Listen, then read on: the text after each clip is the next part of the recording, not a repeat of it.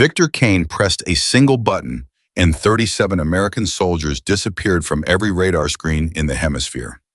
He leaned back in his leather chair, swirled his drink slowly, and smiled at the monitors showing the trapped SEAL team scrambling in the canyon below. "Let them run," he said quietly to his second-in-command. "There is nowhere left to go." He had spent 11 months building this trap. He had accounted for every variable, every escape route, every backup protocol.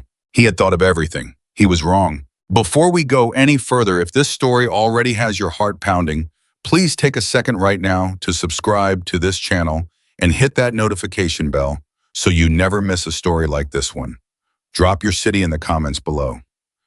Tell me where in the world you are watching from tonight. I want to see how far this story travels. Now let's go back to where it all began. The briefing room at the Naval Special Warfare Command facility outside Coronado, California felt smaller than usual that night. Maybe it was the weather pressing against the windows. Maybe it was the weight of what was sitting on the table in front of the assembled team. Master Chief Ethan Walker stood at the far end of the room with his arms crossed, studying the satellite photographs spread across the surface like a mosaic of shadow and rock. I had been in this room hundreds of times before. He had received hundreds of briefings, but something about this one made the back of his neck feel cold in a way he did not fully understand yet. The intelligence officer running the briefing was a young woman named Specialist Diane Reyes, and she spoke with the clipped precision of someone who had rehearsed every single word at least 3 times before walking into that room.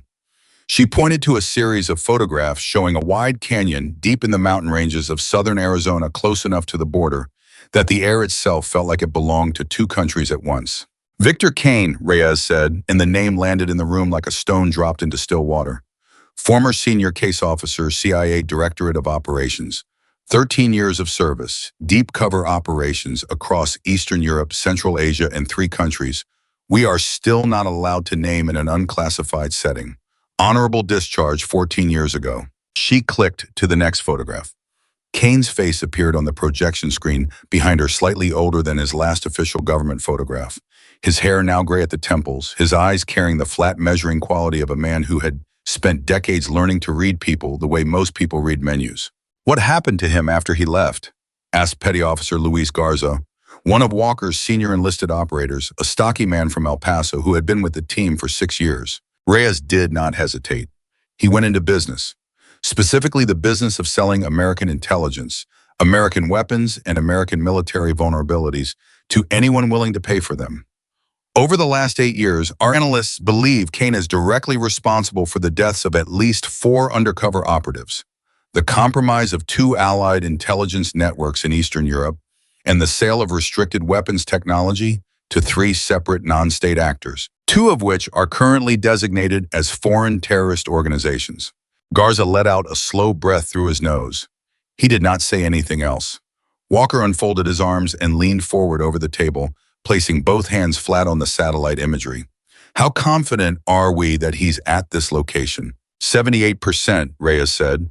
"The signal intercepts are clean. The financial tracking matches. He's been using this facility for approximately 6 weeks. It's an abandoned mining complex decommissioned in 1987. The canyon walls provide natural concealment from aerial surveillance. He's been smart about it.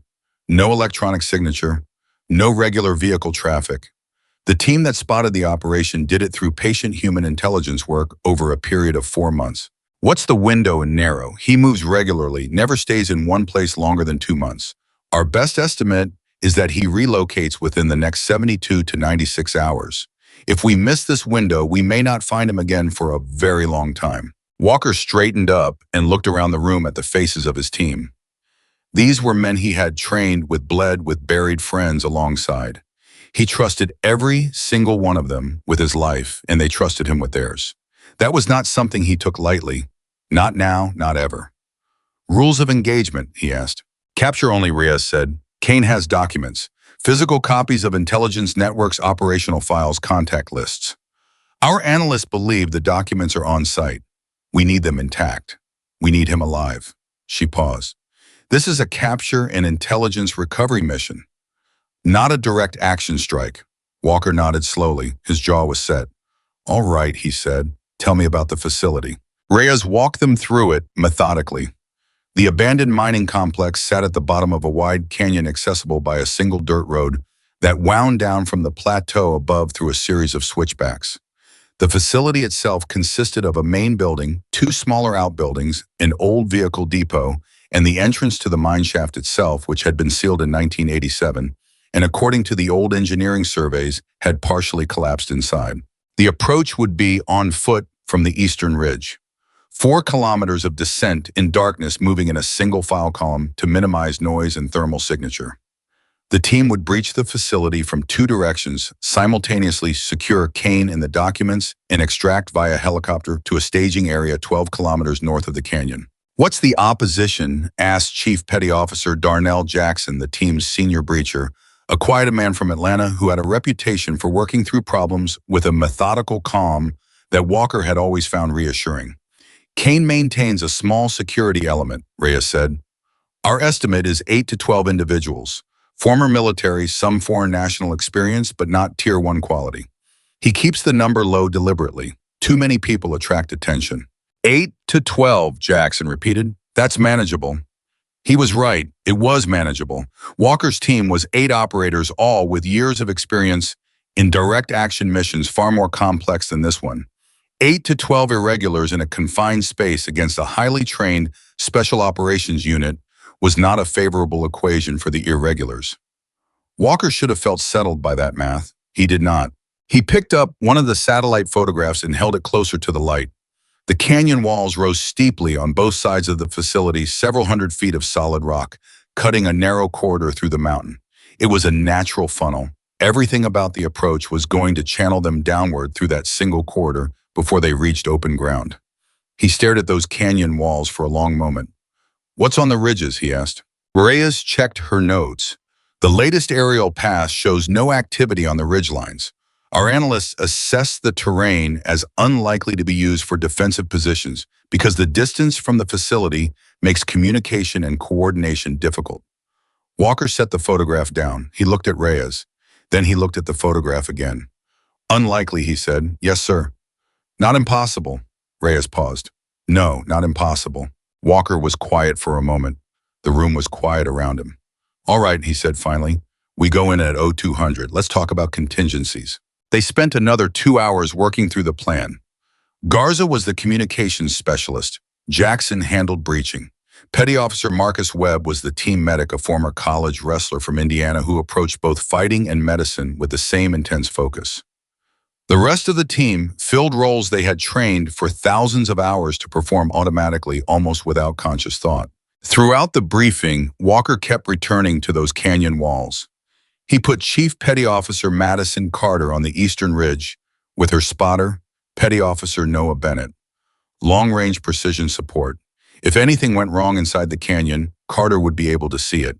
That was the theory. That was the plan. Madison Carter sat in the second row during the briefing, saying almost nothing.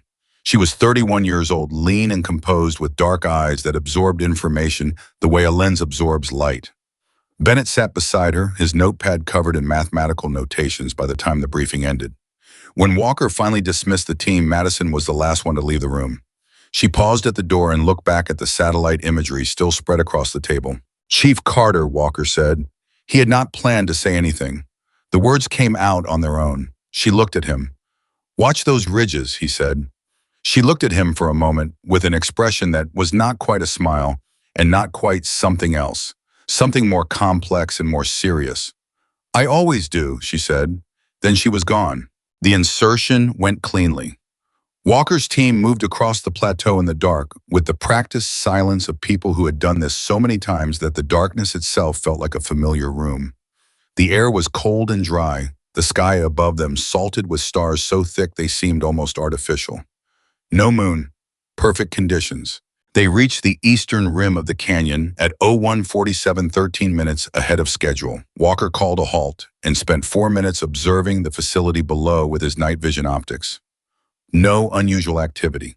In the main building, a single guard visible near the vehicle depot.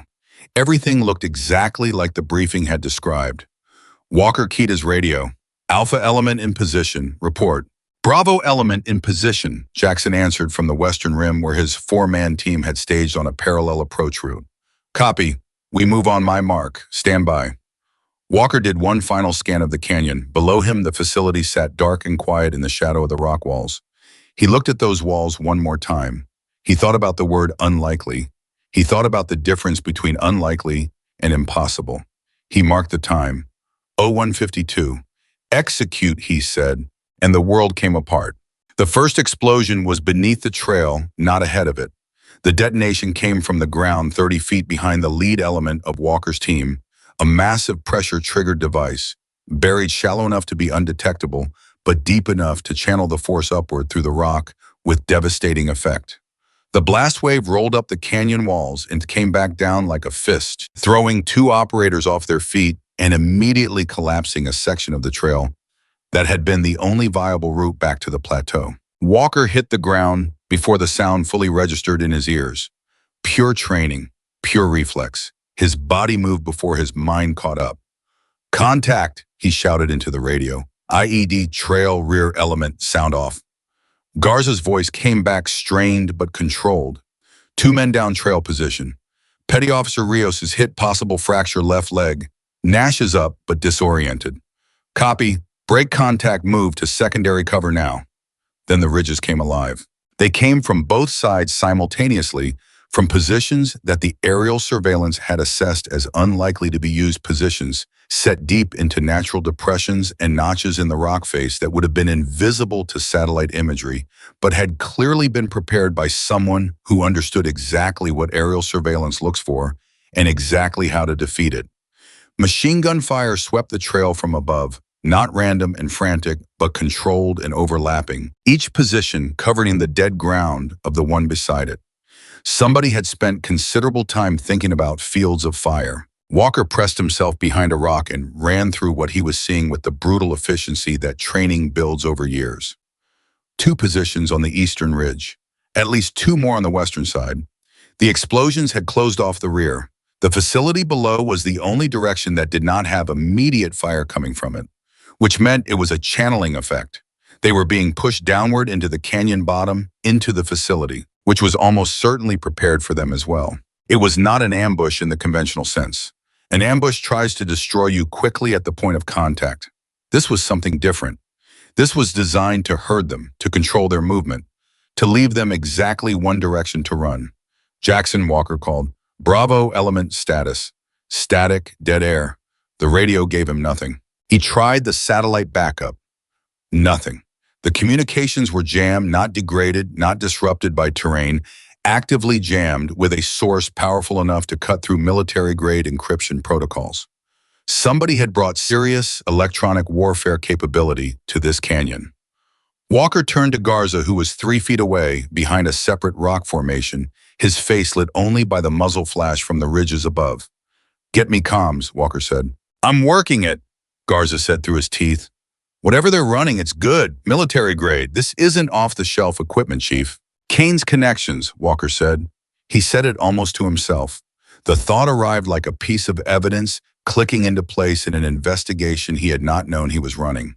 Kane was not a weapons dealer who bought surplus inventory and resold it at a markup.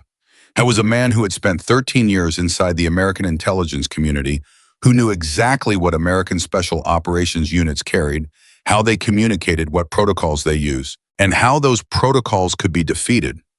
He had not just prepared a trap, he had prepared a trap specifically designed for the team they had sent. He knew who was coming.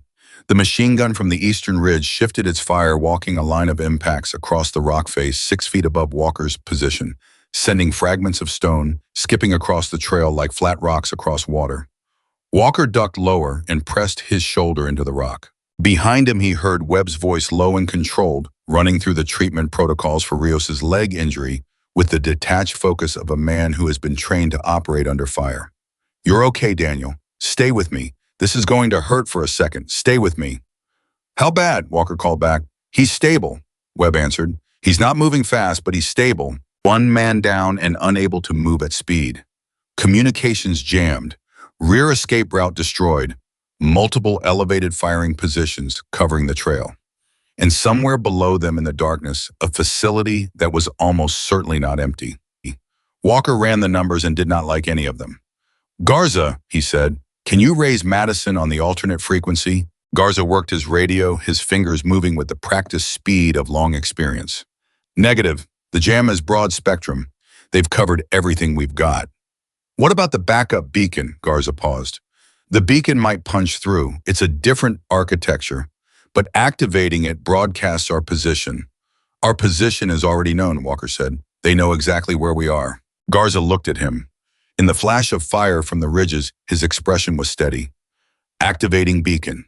The beacon was a last resort device, a small transmitter with a specific frequency and encryption architecture that sat entirely outside the normal communication protocols designed specifically for situations in which all other systems had been compromised.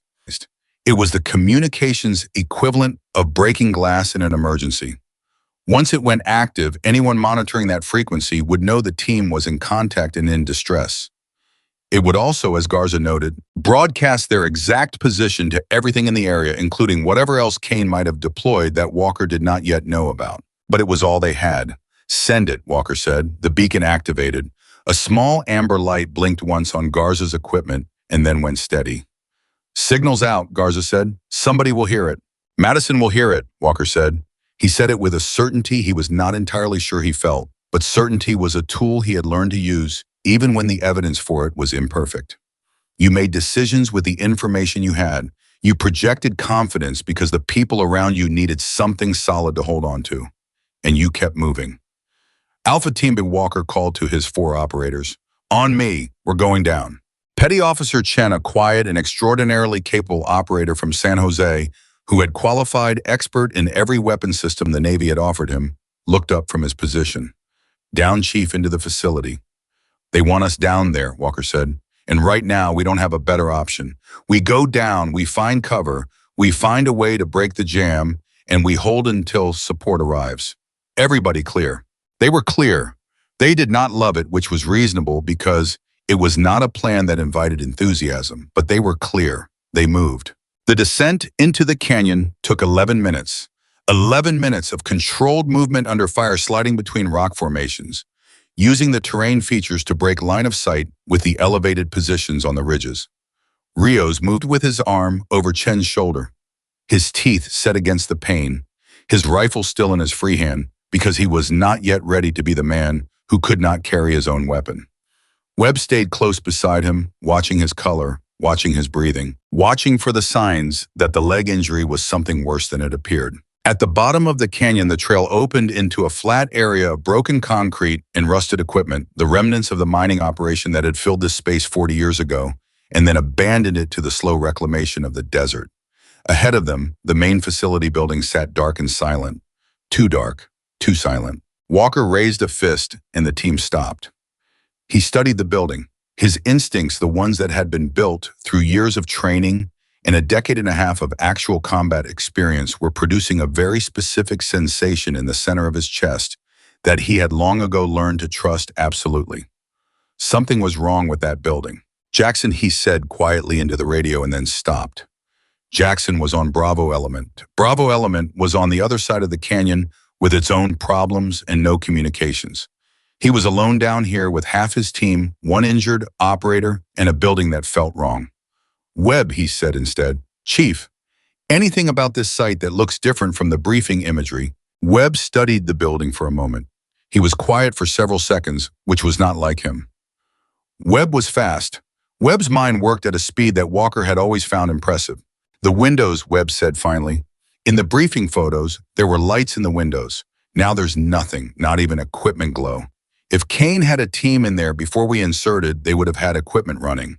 Communications, monitoring, security systems. All of that generates light, even small amounts. There's nothing. Walker looked at the windows. He looked at the dark rectangular openings in the concrete wall and thought about what that darkness meant. Either the facility had been evacuated before they arrived, which would suggest Kane knew their timeline with extraordinary precision, or the facility was still occupied but had gone completely dark the moment the explosions went off, which would mean Kane's people had rehearsed this specific transition, lights off when the trap springs, because you do not want to give the people you are hunting any visual reference points at all. Either way, the building was dangerous. We don't go in, Walker said. We used the vehicle depot, southwest corner. More cover, more distance from the building, better angles on the approaches. They moved again. The machine gun fire from the ridges had eased in the last several minutes, which Walker registered with the part of his mind that was always tracking tactical indicators, the way a ship's navigator tracks compass, headings, and water depth. Fire from the ridges had eased. That was either because the shooters were repositioning or because they wanted the team to feel comfortable enough to move to cluster into the facility or the depot to consolidate in one place. He did not know which. He moved anyway because standing still was slower death. They reached the vehicle depot and went to ground behind a row of rusted machinery that offered solid cover from multiple directions. Walker positioned his operators in a rough perimeter. Garza and Chen on the approaches, Webb and Rios in the center where Rios could be treated and still provide security with his rifle. Walker himself took the corner that gave him the best view of both the main building and the trail they had descended. The canyon was quiet now in a way that felt deliberate, active quiet, engineered quiet. Garza's beacon blinked steadily in the dark. Somebody needs to hear that soon, Chen said, not quite to Walker and not quite to himself.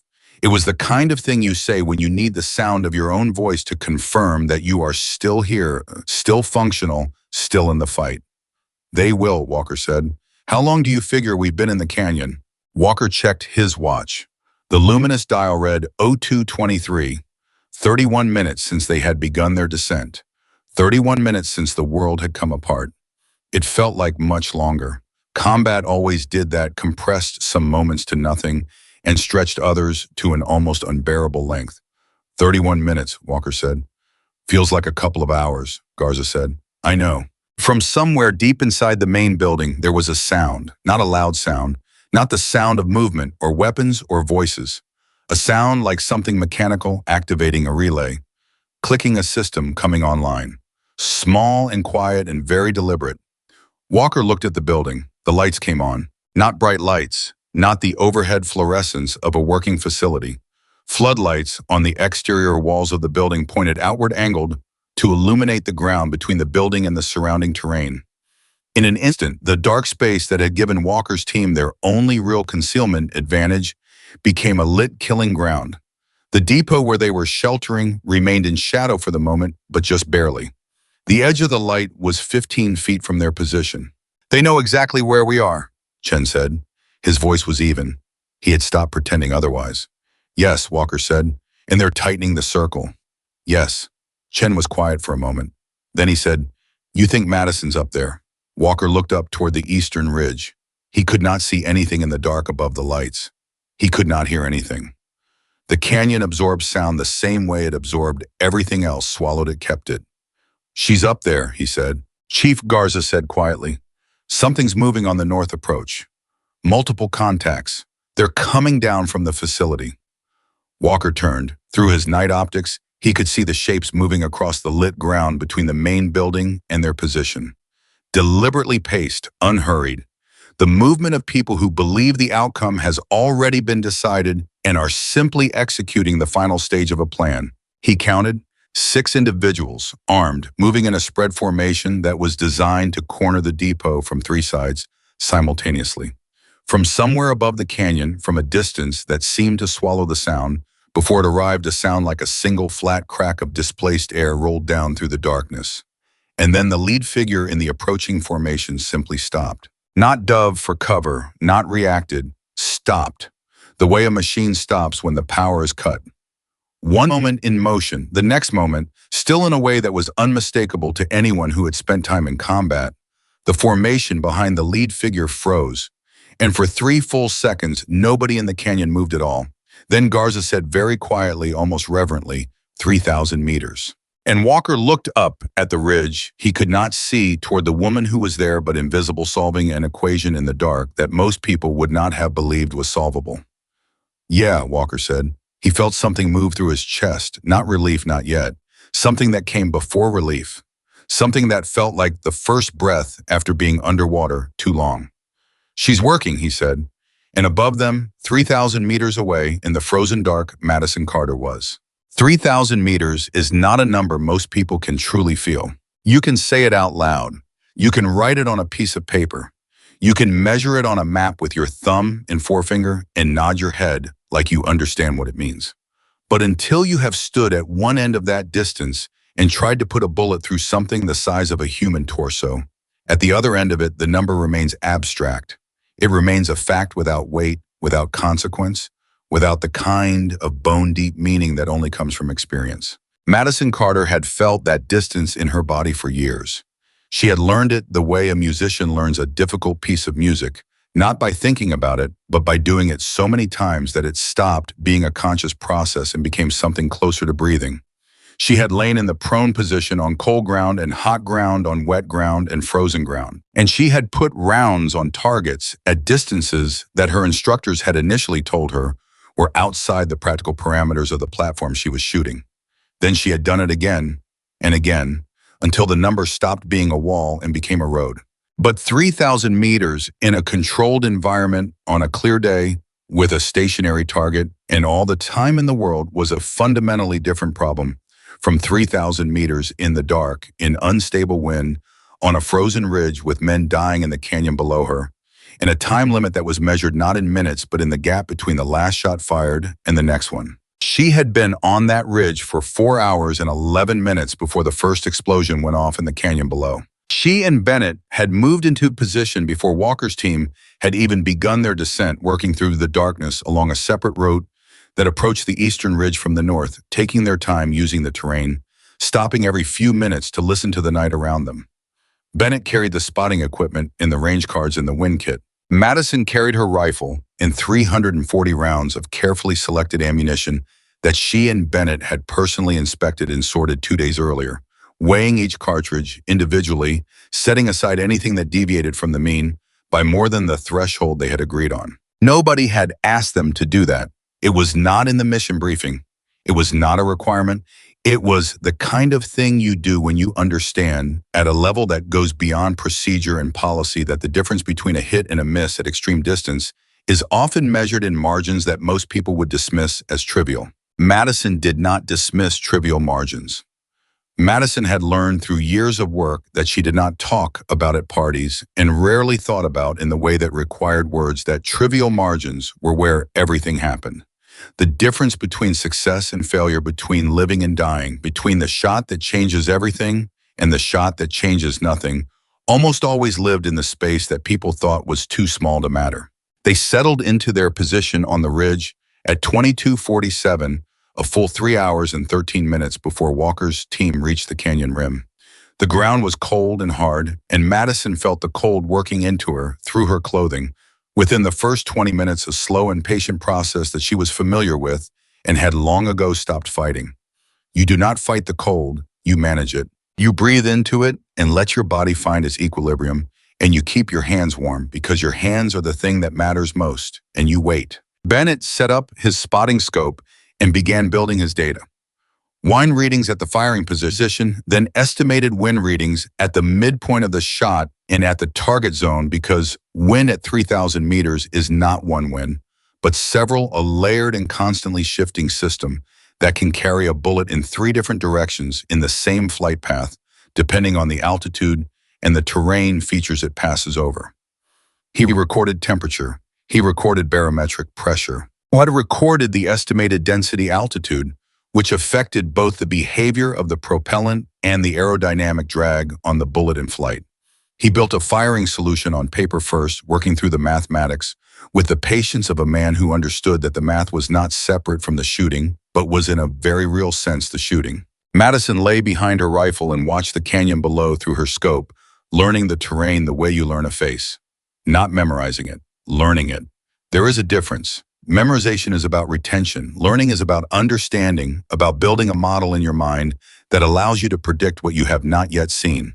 She learned the canyon. She watched the shadow patterns and the way the ambient starlight distributed itself across the rock faces. She noted the positions where natural depressions in the ridgeline could conceal people. She traced the approaches from the plateau above and the routes down into the facility at the bottom. She looked at the facility itself, at the building, in the outbuildings, in the vehicle depot, in the old mine entrance, and she built a picture in her mind of the space as a tactical environment. as a set of angles and distances in relationships between objects. At some point during the third hour, Bennett said quietly, so quietly it barely qualified as sound, "You see the ridge." She had already seen it. She had seen it 40 minutes earlier, a small and careful movement in a notch on the eastern canyon wall that her scope had caught, and her mind had filed without comment. She had been watching it since. "How many do you make?" she asked. "Two positions, maybe three. They're good." Whoever set those up knew what they were doing. "Kane's background," Madison said. "He knows how we think. He knows what we look for."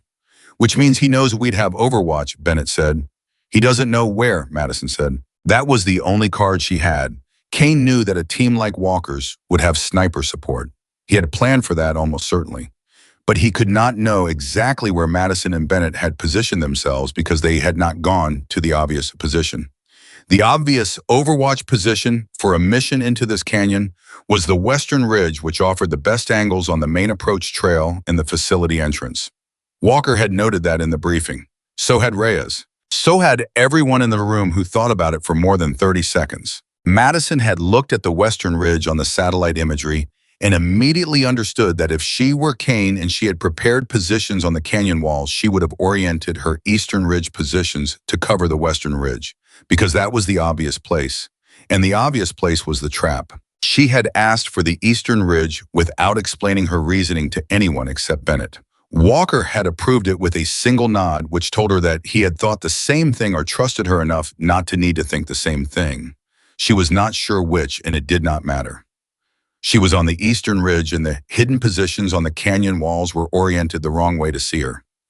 At 02:17, the first explosion went off. Madison felt it before she heard it, a deep vibration that traveled through the rock beneath her body with a low, purposeful frequency that she recognized immediately. IED, large device, significant charge. She moved her scope to the trail and saw the dust cloud and the rock debris still settling and two figures down on the path, and she felt something cold move through her chest that had nothing to do with the temperature of the ridge. She did not say anything. She moved her scope methodically through the canyon, cataloging what she could see, building the updated picture as fast as her mind could process what her eyes were showing her. Bennett was already calling adjustments without being asked. Eastern ridge position, Alpha 240 angle, estimated 600 meters from the trail. "I've got two shooters." "I see them," Madison said. "Western ridge position, Bravo. Same configuration. They're laying in planned fields of fire. This isn't reactive Madison. They were waiting." "I know," she said. And she did know. She had known from the moment the explosion went off with that particular sequence and that particular placement. That explosion had not been a defensive measure. It had been the first move in a sequence. Someone had planned every step of what was happening below her with the kind of careful, patient intelligence that she recognized because she possessed it herself. She brought her scope to the main building. Dark, no lights. Her stomach tightened. "Bennett," she said. The building went dark. He moved his spotting scope. He was quiet for a moment. "Yeah, before the explosion or after?" "After, within seconds." He processed that. "They killed the lights deliberately when the trap activated. Reduce reference points for Walker's team. And for us," she said. "Without lights in the building, I can't distinguish targets from shadows at this range." "The ridge positions are still lit by the muzzle flash," Bennett said. "We can work with the ridge positions." "Not yet," Madison said. He looked at her. In the dark, she could feel his attention rather than see it clearly. "Walker's team is taking fire." "I know, not yet." The reason for not yet was something she could not fully explain in the moment, something that lived below the threshold of language, in the deep mechanical knowledge of her craft. She was seeing a pattern in the way the fire from the ridges was distributed, in the way it tracked Walker's team, but did not attempt to eliminate them immediately in the way it seemed to be directing rather than destroying. The fire was hurting. Kane wanted Walker's team alive long enough to move them. Long enough to get them down into the canyon bottom, into the facility, into the position that Kane had prepared for the final act. If she started engaging the ridge positions now, she would reveal her location. Once her location was known, Kane would adjust. He would shift resources. He would change the equation she was trying to solve. She needed to watch longer. She needed to understand the full shape of what Kane had built before she started taking it apart, because If she misunderstood even one element of it, she would make things worse. "They're moving down," Bennett said. "Walker's taking his team toward the facility." "I see it." "He doesn't have a choice. Rear is blocked, comms are jammed, and the ridge positions have the trail covered. He's going down because down is the only direction that isn't actively killing him right now." "Down is the trap," Madison said. "Yes." "He knows that." "Probably," Bennett said, "but he's going anyway because standing still is worse." She watched Walker's team move down the trail in the darkness with the controlled efficiency of people who have been trained to move under fire and who are doing that now, not cleanly, not the way training looks, but the way combat looks, which is not clean at all, which is ragged and frightening and driven by the absolute necessity of continuing to function even when everything in your body is telling you that the situation has gone past the point where functioning is realistic. She watched Webb supporting Rios, the two of them moving together with the practiced synchrony of teammates who trusted each other completely. She watched Chen scanning the approaches as he moved his head, turning in the small, precise arcs of a man searching for threats, rather than the wide, uncontrolled sweeps of someone who is afraid. She watched Garza working his radio equipment as he moved fingers busy head down, trying to find any frequency that the jam had not covered.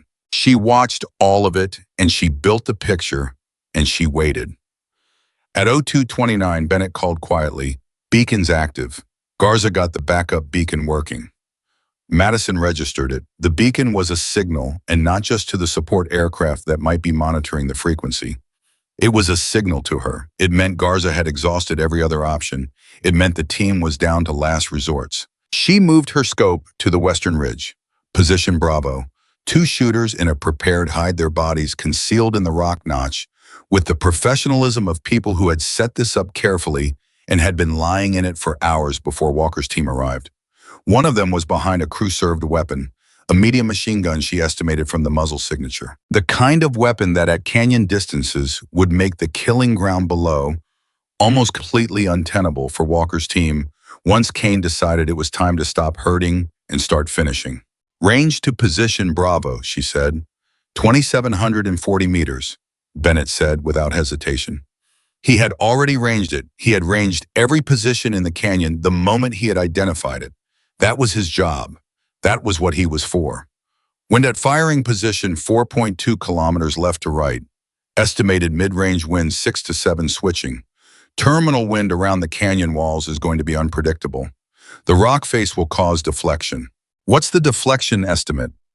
I can give you a starting point, but not a certainty. The canyon geometry is going to do things to the terminal ballistics that I can't model precisely without better wind data at the target. Give me the starting point. I gave her the numbers. She dialed her adjustments into the scope, her hands moving with the small, precise economy of long habit turning the turrets. The exact number of clicks that the calculation required, no more, no less. She did not rush. She did not allow the urgency she felt to translate into speed, because speed at this range was the enemy of accuracy, and accuracy was the only thing that mattered. Below her in the canyon, the floodlights on the facility building came on. She saw it happen, the sudden wash of light across the open ground between the building and the vehicle depot where Walker's team had taken cover. She saw the team's cover advantage shrink in an instant as the lit ground eliminated the shadow they had been using. She saw the perimeter tighten, and she saw the six figures moving out from the facility toward the depot, moving with the unhurried confidence of people executing the final stage of a plan they expected to succeed. 6 movers, north approach, Bennett said. I see them. Lead mover is the immediate threat. If Walker's team is going to have any chance of breaking contact, the lead mover needs to stop. The lead mover was approximately 2,760 meters from her position, moving across open ground at a walking pace. The wind had shifted in the last 3 minutes, dropping from 4.2 to approximately 3 kilometers per hour, which changed her hold slightly and required a mental adjustment that she made without stopping to articulate it. She breathed. She felt her heartbeat in the pad of her right index finger where it rested against the trigger guard. She waited for the natural respiratory pause, the half-second of stillness between exhale and inhale, where the body is as motionless as it will ever be, where the small mechanical tremors that movement and breathing create in a human body are at their minimum. She broke the shot. The sound was large, but also in the immensity of the dark open space around them, somehow absorbed. The muzzle blast moved outward, and then there was silence. The particular silence that follows a long-range shot, during which the bullet is still in flight, and the outcome is still unknown, and there is nothing left to do but wait for the report of the world receiving what you sent it. Bennett's voice was flat and immediate. Hit. Lead mover is down. Madison was already working the bolt. Reacquiring. The formation below had frozen. She had 3 seconds, maybe 4, before they processed what had happened and took cover. She moved her scope 2 degrees to the left. Second mover in the formation, adjusted for the slight wind change that had occurred during the time of flight of the first round, a change so small that most shooters would not have bothered with it. She broke the second shot. Hit, Bennett said. Second mover. The remaining 4 figures scattered. 2 toward the building, 2 back toward the vehicle depot in the direction Walker's team was sheltering. She tracked them with her scope, but they moved into cover before she had a clean solution, and she let them go because forcing a low-probability shot at this range and hitting the wrong thing was not acceptable. Ridge position Alpha, she said. Machine gun. Still active, Bennett confirmed. They haven't repositioned. They may not have a clear bead on where you are yet. They heard the shots, Madison said. Sound at this range is going to be confusing. The canyon walls will echo it. They'll know there's a shooter somewhere on the eastern ridge, but the specific location will be hard to pinpoint from below. They'll figure it out, Madison said. I've got a window. Tell me the solution for position Alpha. Bennett gave her the adjustments. She dialed them in. The machine gun position on the eastern canyon wall was closer than the movers had been, approximately 2,200 meters, which at her level of skill was practically a comfortable distance. But the angle was awkward, and the height itself presented a narrow target profile, the shooters well protected by the rock face on 3 sides, with only a limited window of exposure visible from her position. She needed to thread the shot through a gap in the rock that she estimated at approximately 18 inches across at the target end, at 2,200 meters. 18-inch window, she said. It was not really for Bennett. It was the kind of thing you say aloud to make it real, to force your mind to fully commit to the problem, rather than skimming across the surface of it. 17.5, Bennett said. The left edge of the rock is closer than it looks from here. The optical illusion from this angle makes the gap appear wider. She adjusted 2 clicks to the right, centered the solution. Wind is steady, Bennett said. Take it. She waited for her respiratory pause. She broke the shot. Below the machine gun position went silent. Not suppressed, not temporarily disrupted, silent. The way a sound goes silent when the source of it is removed from the equation permanently. Bennett exhaled through his nose. It was the only sound he made. He did not celebrate. He did not say anything beyond what the situation required. That was one of the things that made him an exceptional spotter. His understanding that the space after a successful shot was not a moment for commentary, but a moment to immediately assess what the next problem was. Ridge position Bravo still active, he said. Walker's team is still taking fire from the western wall. Solution. He gave it to her. She dialed it. The western ridge position was farther, approximately 2,800 meters, and the approach angle was the worst of the 3 targets she had engaged so far, requiring her to compensate for a crosswind component that was partially blocked by the canyon walls on her side but fully exposed at the target, meaning the bullet would be flying through still air for the first half of its journey and then encountering a lateral wind push in the terminal phase that Bennett had estimated but could not verify with precision. Best estimate, she said. Best estimate is 1.5 meters right of where you're aiming, Bennett said. But the variance on that number is real. The canyon geometry is doing something to the wind down there that my readings up here can only approximate. Range of variance. Worst case 2.5 meters, best case 1 meter. At 2,800 meters, a 2.5 meter variance was enormous. It was the difference between a perfect hit and a round that clipped the rock face and sent fragments skipping harmlessly past the target. It was also, given the profile of the hide, potentially the difference between hitting the shooter and hitting the rock behind the shooter's head, which would have the same effect as a miss. What's your confidence? She asked. Bennett was quiet for exactly 2 seconds. 65%. Madison did not move for a moment. She kept her eye in the scope and her body still, and she ran the problem through the part of her mind that did this kind of calculation, not the verbal analytical part that works in language and logic, but the deeper part that works in pattern and probability and accumulated experience. The part that a psychologist would call intuitive, but that Madison understood to be simply the product of having done this so many times that the patterns had been burned into her nervous system. 65% was not good enough for a clean solution. It was not good enough given the geometry of the target and the consequences of a miss. But Walker's team was still taking fire from that western position, and the beacon was active and the circle was still tightening. "Tell me about the machine gun's rate of fire," she said. "Cyclic rate is consistent. This shooter is controlled, deliberate, not panicking, experienced." "Pattern." Bennett was quiet. She could feel him observing his eye at the spotting scope, his mind doing the same work hers was doing. He's working in 4 to 6 round bursts with approximately 3-second intervals. He's covering the depot approaches. He's not targeting Walker's specific position. He's preventing breakout. 3-second intervals, she said. "Yes." "What's the bullet's time of flight to that position?" "Approximately 3.1 seconds. She worked the math. The shooter's burst cycle was 3 to 6 seconds of fire, then 3 seconds of pause.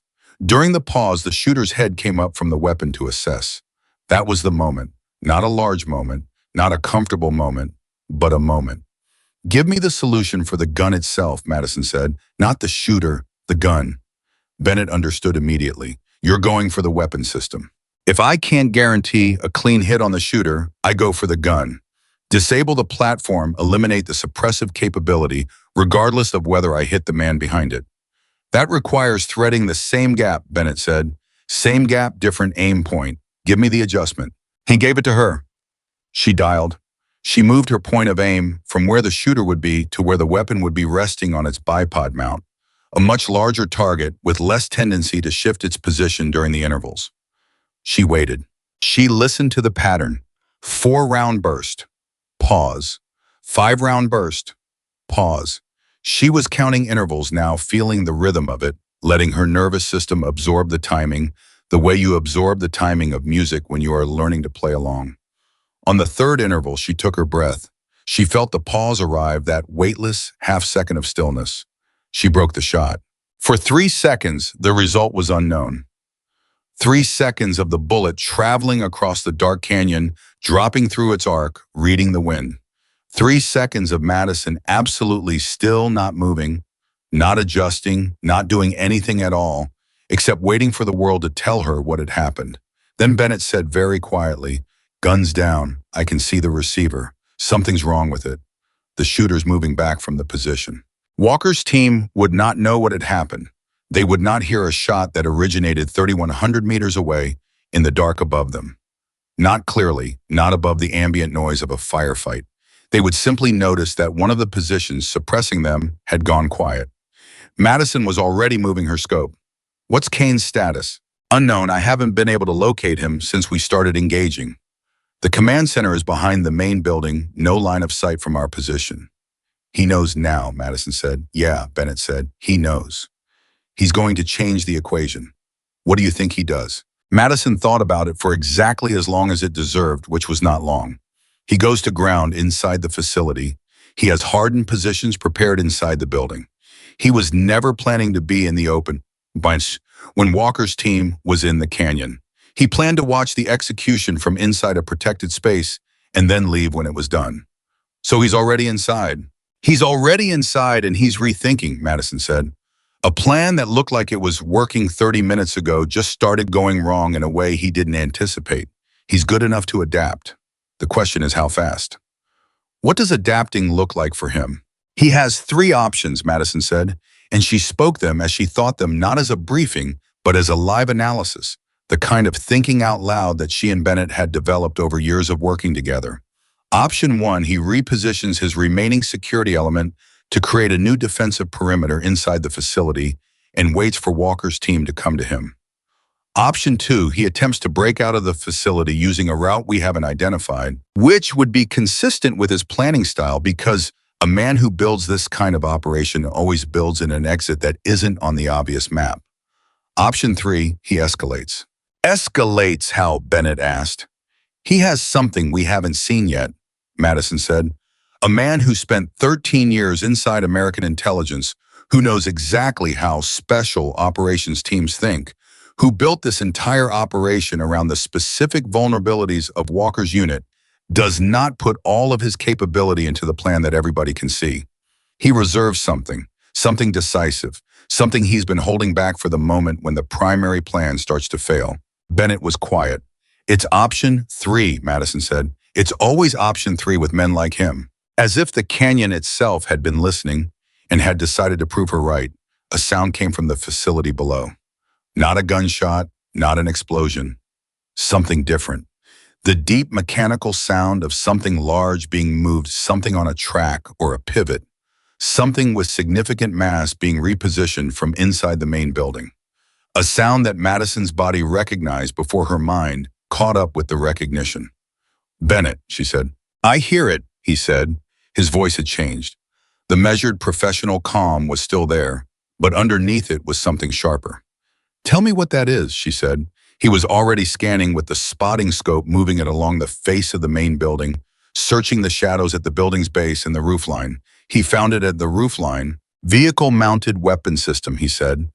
They've got something on the roof, large caliber. It was stored inside there, bringing it up through a roof access. Madison, if that thing gets oriented on Walker's position in the depot, the cover they have won't matter. The depot walls are not rated for what that thing will do to them. She moved her scope to the roofline. She could see the shape emerging, the angular silhouette of a heavy weapon platform on a mount being positioned by 2 figures who were moving with practiced efficiency. They had done this before. This was not improvised. This was the reserve option Kane had built into the plan from the beginning. 2,900 meters to the roofline. Awkward angle, upward deflection on terminal ballistics, figures partially obscured by the parapet. Give me the solution, she said. Working it, Bennett said, and she could hear him calculating at speed, his voice tight but controlled. Elevation plus 3.4 MOA from your current 0. Wind at this angle is going to push the round low left, compensate right 1.25 MOA. Time of flight approximately 2.8 seconds. She dialed. She moved her point of aim to the weapon mount, not to the figures moving it, because the mount itself was the larger target and the more important one. Disable the mount, disable the capability. It's almost in position, Bennett said. 30 seconds, maybe less, before they can bring it to bear. She checked her breathing. She found her stillness. Wind is steady, Bennett said. Take it now. She broke the shot. The 3-second flight felt impossibly long. Below her, she could see the figures on the roofline still moving, still working the weapon into position, unaware. She watched. She waited. The impact was visible, even at this distance, the small flash of the round striking the weapon mount, the sudden arrest of movement from both figures, the weapon platform lurching on its mount, and then tilting damage, no longer capable of being brought to bear in a controlled fashion. One of the figures went down. The other dropped behind the parapet. The heavy weapon was silent. Bennett did not speak immediately. When he did, his voice was quieter than usual, carrying something in it that was not quite awe and not quite relief, but lived in the neighborhood of both. That was the shot that mattered, he said. Below in the canyon, Walker's team had a window. Small, uncertain, temporary, but real. The immediate suppressive capability that Kane had prepared had been degraded beyond his ability to rapidly restore it. Madison did not feel what Bennett felt, or if she did not allow herself to feel it fully yet. There was still too much that was unfinished. Kane was still inside the building. Bravo Element, Jackson's team, was still unaccounted for on the western side of the canyon. The remaining security personnel had scattered but were not eliminated. And the electronic jamming that had cut Walker's communications was still active, which meant the air support that could end this was still sitting on the ground somewhere, 12 kilometers north of the canyon, waiting for a signal that had not arrived in the form they were expecting. She kept her eye in the scope. She kept watching. Beacon still active, Bennett said. Walker's team is still in the depot. They're waiting for a sign, Madison said. They got one. The gun positions went quiet. Walker's good enough to know what that means, Madison said. He'll move. She was right about that. She was right about Walker, the way she was often right about people whose skill she had taken the time to accurately assess. Within 90 seconds of the rooftop weapon going silent, she saw movement from the vehicle depot. Walker's team was reorganizing, moving from static defense to dynamic action, because that was what you did when the pressure on your position eased. You did not stay where you were and wait for it to return. You moved. But to move was to expose. To move was to cross open ground without knowing where the remaining threats were. I need to clear those approaches, Madison said. There are still at least 4 mobile security personnel somewhere in the facility complex, Bennett said. We lost them when they went to ground after the first 2 movers went down. Help me find them, she said. And they went to work together the way they always went to work, as a single system with 2 separate components, each one completing what the other one could not. Bennett's eyes and calculations and voice giving Madison's rifle a reach and a precision that neither of them could have achieved alone. They searched the facility methodically, sector by sector, movement to movement, and where they found threat, they responded with the same measured and irrevocable precision that had silenced every other position in the canyon. 4 minutes and 20 seconds after Walker's team began to move, the last identifiable active threat in the open areas of the facility complex had been addressed. Walker's team was moving through the canyon with room to breathe for the first time in 43 minutes. And in his command center inside the main building, Victor Kane was doing something that his security element had never seen him do before. In all the years they had worked for him, in all the operations he had run, in all the carefully constructed plans he had built and executed, with the confidence of a man who believed that intelligence and preparation were sufficient substitutes for luck. He was pacing back and forth across the floor of his command center, his eyes moving across the monitors, watching the positions that had been active go static one by one, watching his plan, the plan he had built over 11 months with resources and patience and the specific institutional knowledge of how American Special Operations units thought and moved and communicated, watching it come apart at a rate and in a manner that he had not calculated. He had planned for sniper support. He had accounted for it. He had positioned his ridge elements with that in mind. He had ensured that his communications jamming covered the frequencies that Overwatch elements used to receive targeting data from the forward teams. He had planned for a sniper at 800 to 1200 meters, the range at which most precision shooters operate, in direct support of a ground element. He had not planned for this range. He had not planned for a shooter who was operating at a distance that his ridge positions could not effectively respond to from a position that his surveillance systems could not see, using a firing solution that his people on the ground had not thought was achievable under these conditions. He stopped pacing. He stood in the center of his command room and he looked at the monitors, and he began for the first time in 11 months to plan for a different outcome than the one he had designed. And somewhere on a frozen ridge 3,000 meters above him, Madison Carter reloaded her rifle and did not look away from her scope for even a moment. Kane made his decision at 03:11. Walker's team knew this not because they could see him or hear him, but because that was the exact moment when everything inside the facility went quiet in a way that was different from the quiet that had preceded it. Not the quiet of a position being suppressed, not the quiet of men waiting for an order. A different quality of silence altogether, the kind that comes when someone in charge has stopped reacting and started deciding. Walker felt it. He had been in enough combat to know the difference between an enemy that was disrupted and an enemy that was adapting. Disrupted enemies made noise. They fired erratically and moved without coordination and communicated in ways that were louder than necessary, because fear and adrenaline do that to people. Adapting enemies went quiet. They pulled back and reassessed, and when they came at you again, they came at you differently. And that second attack was always harder to read than the first, because you had already built your defensive model around what they showed you the first time. "It's too quiet," Garza said. He had pressed his back against the outer wall of the vehicle depot, his rifle pointed at the north approach, his eyes moving in steady arcs across the open ground. "They've got people somewhere we're not seeing." "I know," Walker said. "The beacons have been active for 22 minutes. Webb said from behind them, his voice steady and low. He had Rios propped against the interior wall with the injured leg elevated on a folded piece of gear. Rios was conscious, his color was acceptable, and he had not made a sound since they moved into the depot, which told Walker everything he needed to know about how Rios was choosing to handle his situation.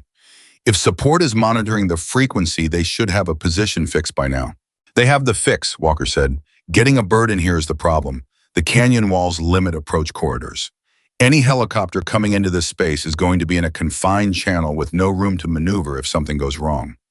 So they're waiting for conditions to change, Chun said.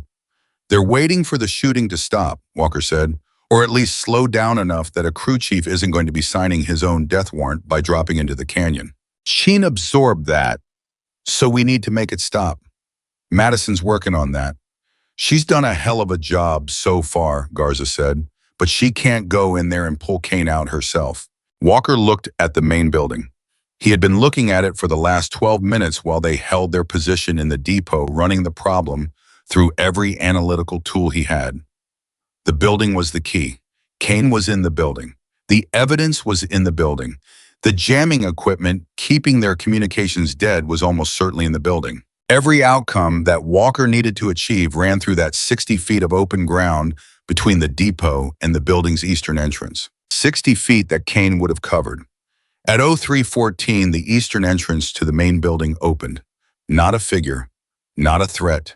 A sound first, the mechanical sound of a heavy door being pushed outward, and then the figure, a single man moving into the open with his hands visible and empty, walking with the deliberate and controlled pace of someone who wants to be seen clearly and does not want to be misread. Walker had his rifle up before the door finished opening.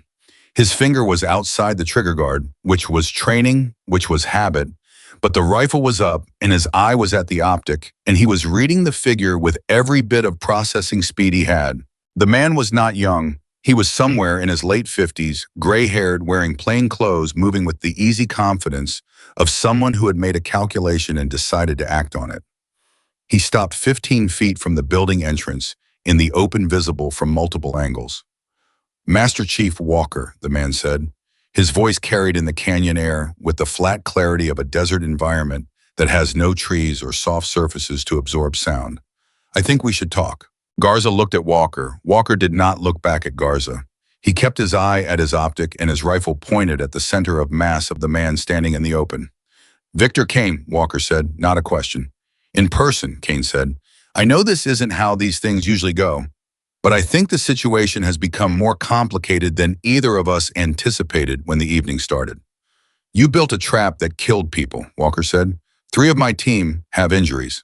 "3, Kane said, and something crossed his face that might have been genuine calculation or might have been a performance of genuine calculation. At this distance, in this light, it was not possible to know which. "I was told the initial device would be larger. I want you to know that the intent was disruption, not casualties. For whatever that's worth to you at this moment." "It's worth nothing," Walker said. "Get on the ground." "I'm afraid I'm not going to do that," Kane said. He said it without heat, without apology, with the quiet certainty of a man who has made a decision and is no longer in the process of making it. "Not yet. I have a proposal." Walker heard Garza shift his position behind him. He heard Chen moving to the south corner of the depot, repositioning to get a better angle on the building entrance, in case this was the opening move of something more complex. Good instincts. Walker did not stop him. "You have a proposal," Walker said. "I have what you came here to get," Kane said. "The documents, the networks, the contact lists, 12 years of material. I know what it's worth to the people who sent you. I also know that my current situation has changed significantly in the last 40 minutes. He paused. "Whoever you have on that ridge is extraordinary, by the way. I want to say that with complete sincerity. I built that operation with Tier 1 countermeasures specifically configured for American Special Operations doctrine. I accounted for everything I knew how to account for. I did not account for a shooter operating at that range at night in these conditions, with this level of precision. I would genuinely like to know who that is." "No," Walker said. Kane almost smiled. "No, of course not." He put his hand slightly wider. "Here is what I'm proposing. I give you the documents. Complete, intact, unredacted. You give me a 12-hour window. I walk away from this facility. I disappear. You report that the documents were recovered and that the primary target evaded capture during the engagement." Walker was quiet for exactly 3 seconds. Then he said no. "The documents are worth more than I am," Kane said. "That's not modesty. That's accurate analysis. The intelligence networks those documents expose have been active for 7 years. The people in them are still operational. They are responsible for things that are ongoing right now tonight, while we are having this conversation. The documents are the mission. I'm the bonus. Take the mission. You're the mission too, Walker said. Get on the ground. Something shifted in Kane's posture. Not visible to most people. The kind of micro-adjustment that you learn to read over years of watching human beings under pressure decide what they are going to do next. Walker caught it and felt the back of his neck go cold. I was hoping you'd be more flexible, Kane said. I genuinely was, because the alternative I have prepared is something neither of us will enjoy. What alternative? Walker said.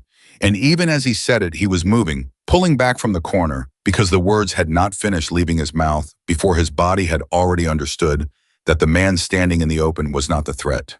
The man standing in the open was the distraction. Garza, move! Walker shouted.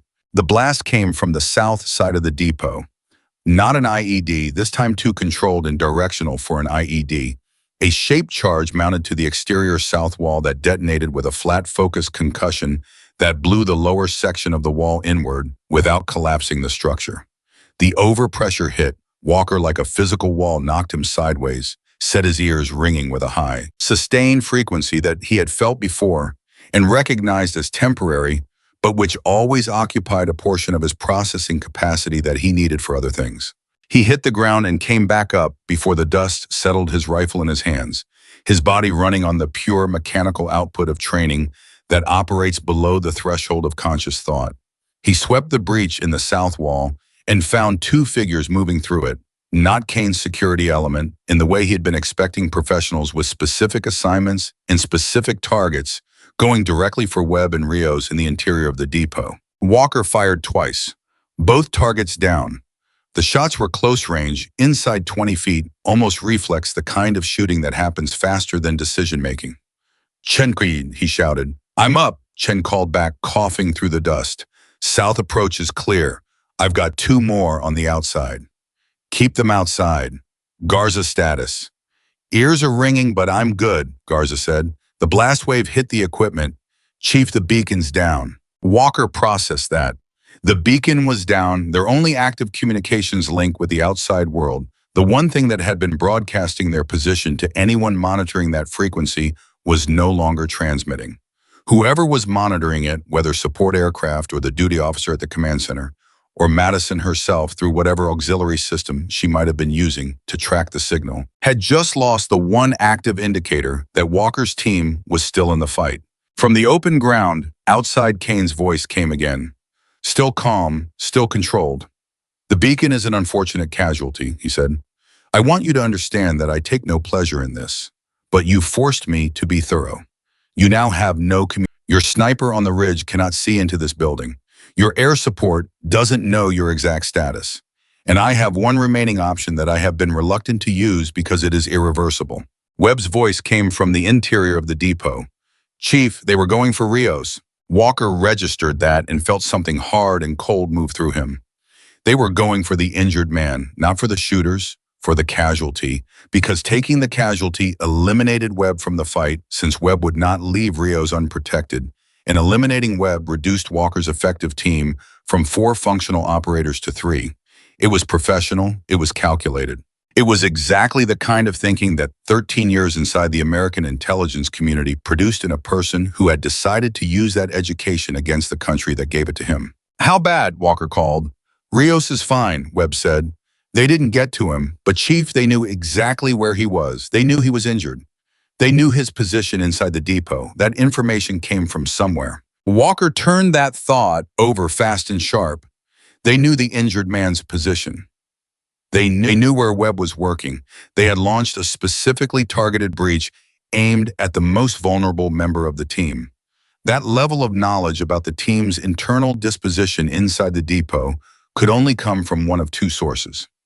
Either Kane had observation on the depot's interior that they had not found, which was possible through micro-camera systems, that a man with Kane's resources and preparation time could certainly have installed in a facility he had been using for 6 weeks. Or Kane had information about the team that predated the mission, detailed enough to include individual role assignments, meaning he had a source inside the intelligence chain that had produced the mission briefing. Either possibility was deeply unpleasant. The second one was catastrophic. Kane, Walker said. His voice had changed, still controlled but carrying something different now, something that the men around him recognized as the register Walker used when he was done negotiating an environment and had moved to imposing one. Last time, get on the ground. Kane was quiet for a moment. Then he said, Master Chief, I respect you, I genuinely do, but I think you are about to make a very serious mistake. Walker stepped out from the depot entrance. Not a tentative step, not a calculated step. A step made from the complete absence of acceptable alternatives, from the arithmetic of a situation where every option that preserved safety had been tried and had run out. And what remained was the option that did not preserve safety, but might, if executed with enough speed and commitment, preserve the mission. He walked directly toward Kane. Kane watched him come. His expression moved through several things in rapid succession: surprise at the directness of it, calculation about what it meant, recalibration of the situation he thought he was managing.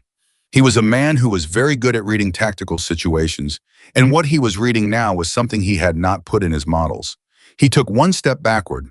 Walker covered the distance in 8 strides. He did not run. He walked steadily with his rifle lowered, but not slung his eyes on Kane's hands and face and the corners of the building entrance. Tracking everything, reading everything, not stopping. 6 feet from Kane, he stopped. Kane was taller up close than he looked from a distance. He had the careful physical economy of a man who had stayed fit, not out of vanity, but out of habit, out of the understanding that physical capability was a professional tool like any other. He looked at Walker with eyes that were doing fast, intelligent work. You don't have a team behind you, Kane said. No, Walker said. That's either very brave or very reckless.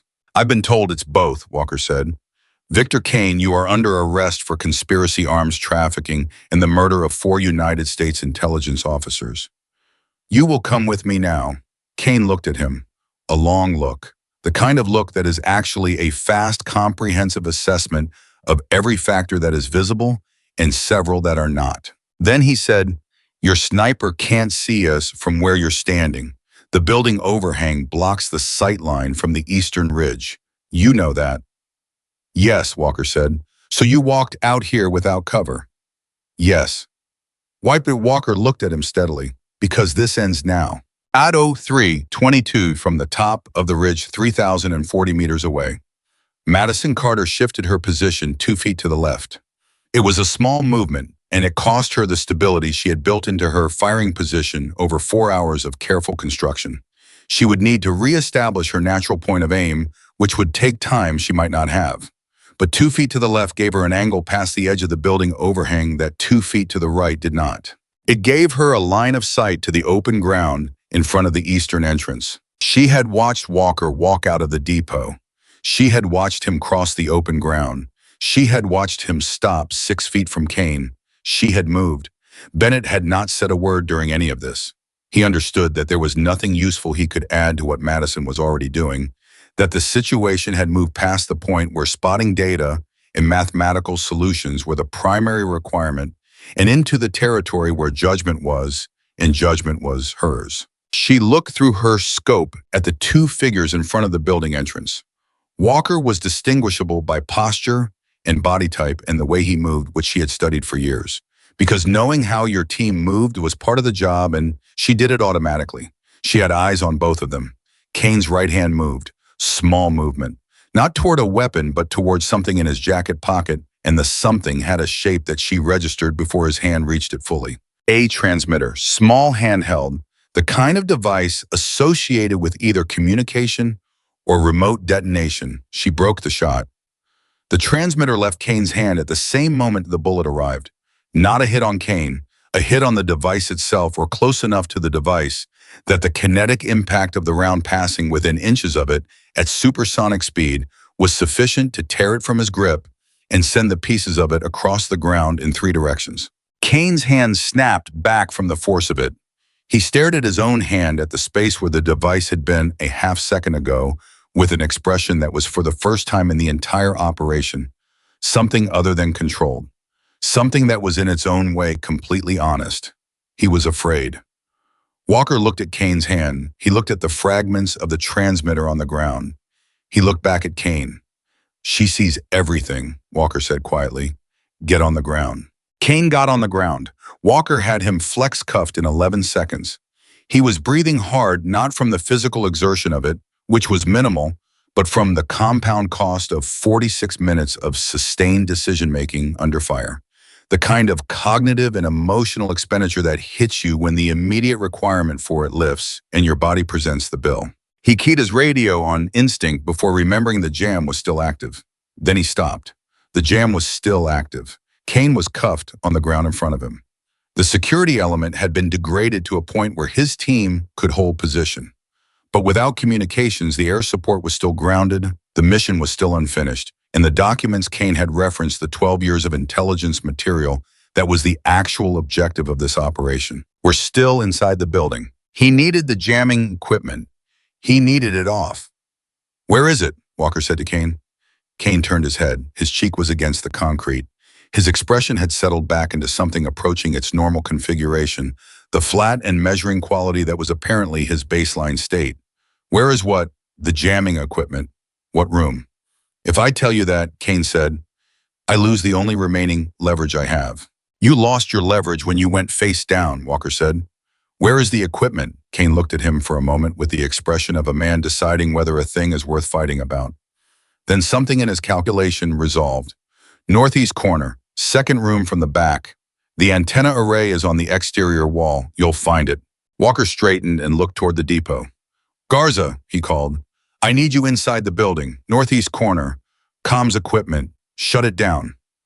Garza came out of the depot at a run past Walker and Kane without looking at either of them because there was work to do and went through the eastern entrance into the building. Walker stood over Kane and waited. He did not have to wait long. Garza was fast, and Kane had given him an accurate location and the jamming equipment. While sophisticated, was not designed to resist a man who understood electronics and was motivated. At 03:29, Walker's radio crackled and came alive. "Alpha Element, this is Nighthawk 7. We have your beacon position. Please confirm status." The voice of the helicopter crew chief was the most professionally beautiful sound Walker had heard in several years. He keyed the radio. "Nighthawk 7 Alpha Element. Canyon is partially clear. We have 1 KI on the enemy side, multiple wounded. My team has 1 injured non-ambulatory. Primary target is in custody. We need extract, and we need a medical package." A brief pause. "Copy Alpha Element. We are inbound. ETA 11 minutes. Mark your position." Walker looked at the open ground in front of the building. He reached into his vest pocket and pulled out an IR strobe that he activated and set on the concrete beside Kane. Then he looked up at the eastern ridge he could not see. He could not call Madison directly. The frequencies were back, but the distance was still distance, and she was operating on a separate communication architecture.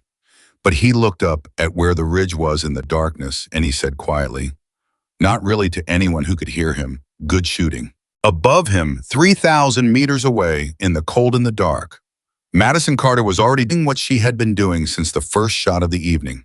She was watching. She was still. She was waiting to see what came next. She did not celebrate. She did not lower her rifle. She did not speak. Because the night was not over yet.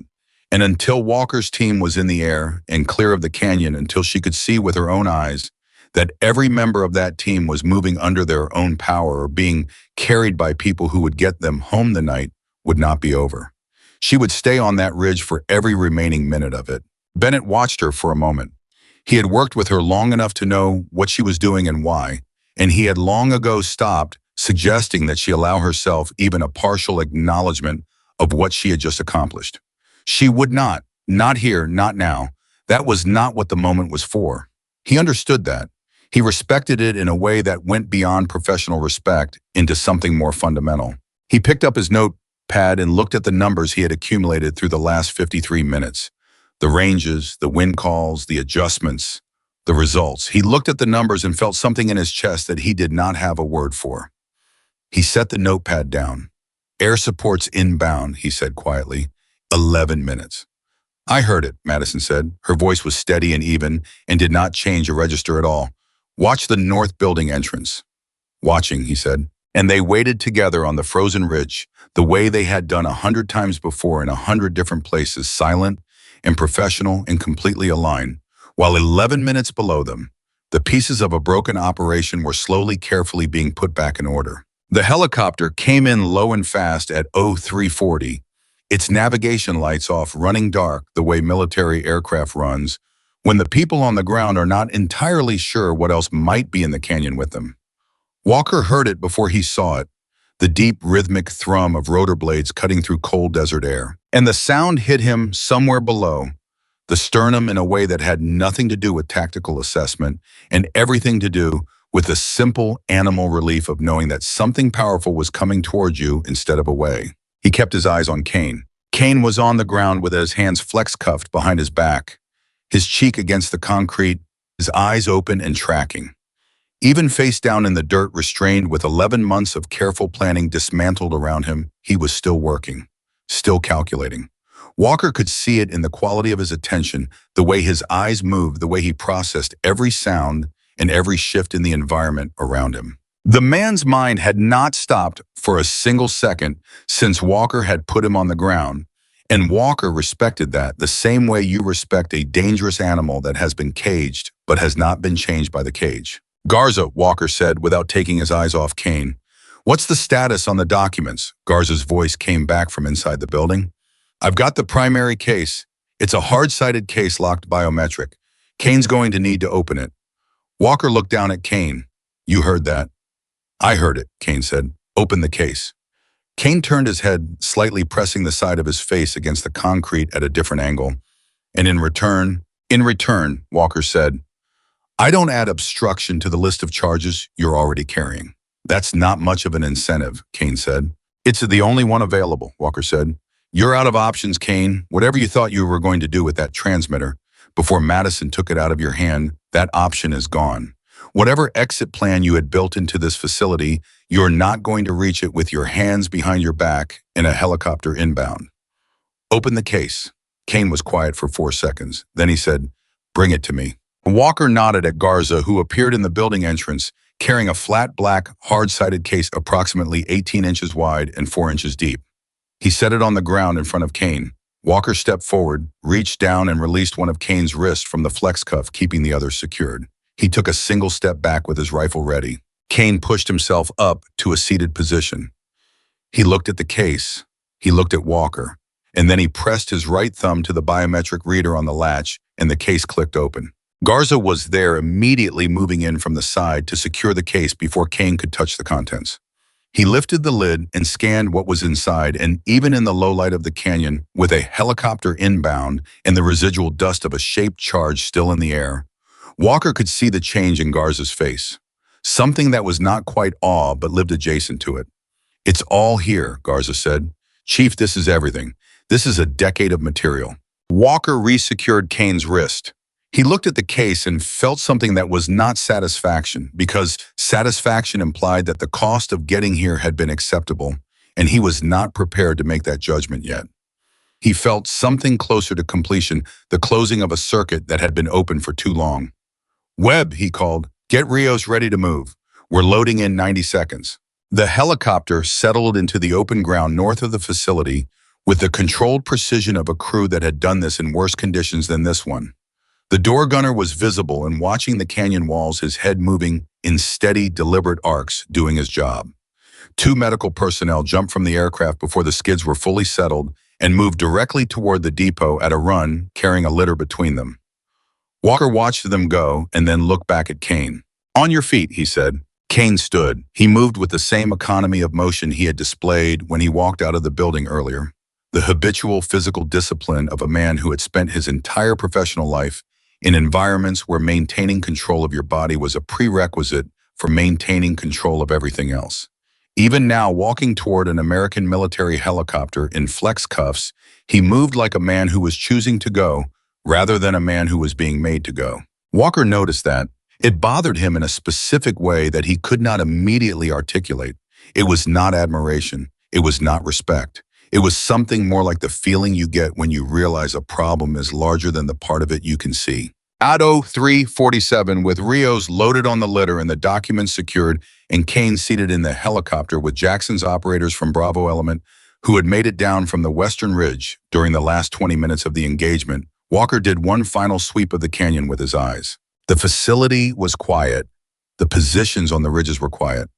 The open ground was quiet in the way it gets quiet when the thing that was happening in a place has finished happening and the place is returning to what it normally is, which in this case was a piece of empty desert that had been standing here long before any of these people arrived and would be standing here long after they left. He keyed his radio. Nighthawk 7 Alpha Element. We are ready to load. Request immediate extract. Copy Alpha Element. We are ready when you are. Walker walked toward the helicopter.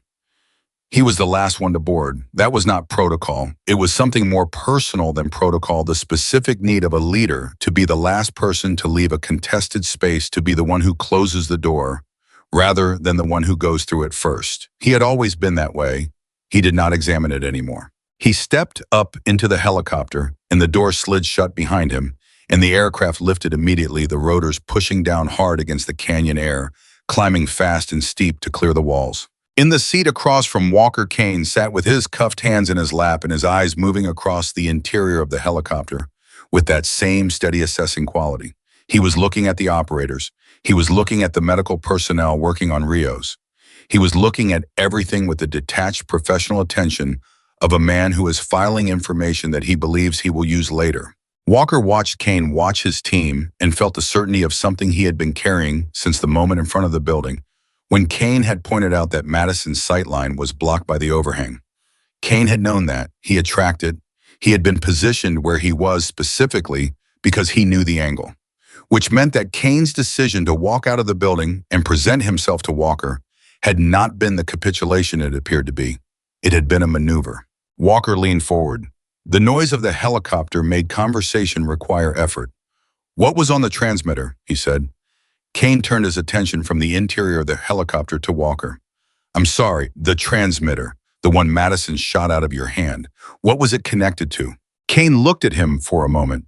Then something in his expression shifted, a micro-adjustment that Walker had been watching for since they boarded, the small, involuntary signal that appears in people's faces when a question lands closer to something important than they expected. "Insurance," Kane said. "Insurance against what?" "Against the scenario that occurred," Kane said. "The scenario in which I was taken into custody before I was able to reach my exit." "What did it control?" Kane said nothing. Walker said, "An armored vehicle," Kane said, "staged at a secondary exit on the south end of the facility, accessible through the mine shaft. The shaft didn't collapse in 1987. That was a fabricated entry in the engineering records.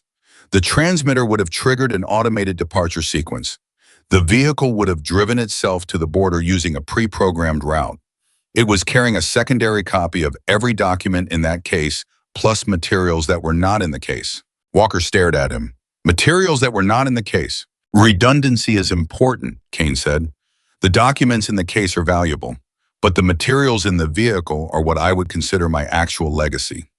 11 years of accumulated intelligence on American special operations methodology, communication protocols, vulnerability analysis, and personnel files on 43 individuals currently serving in positions that make them targets of interest to several parties who have significant resources and significant motivation." Walker felt the cold move through him, fast and complete.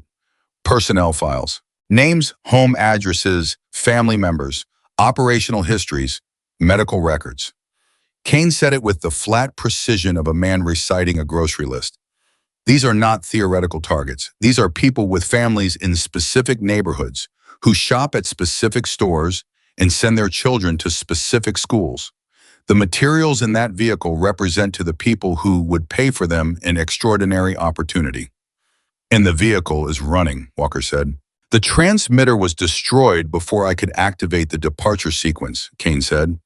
"But the vehicle has a secondary timer, a fail-safe. If the transmitter signal doesn't reach it within a specific window, the departure sequence activates automatically. The window closes in." He looked at the watch on his wrist with the calm of a man checking the time before a meeting. 41 minutes. The helicopter was climbing out of the canyon and heading north toward the staging area. The staging area was 12 kilometers from the canyon. The border was approximately 31 kilometers from the facility's south exit.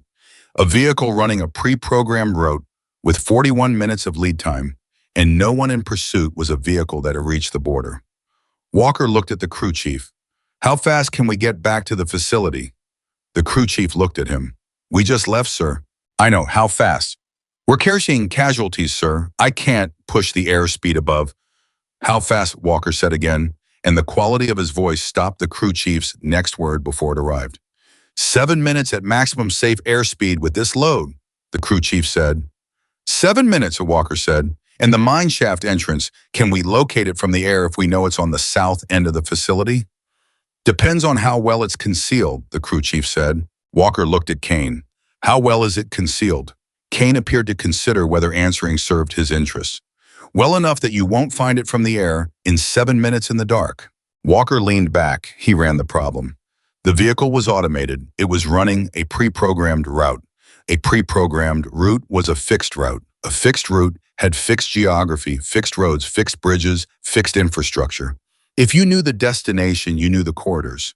If you knew the corridors, you knew the choke points. He pulled the map from his vest pocket and spread it against his knee in the vibrating half-dark of the helicopter interior. He found the facility. He found the border crossing that a vehicle running south from that location would most logically target. He traced the road network between them.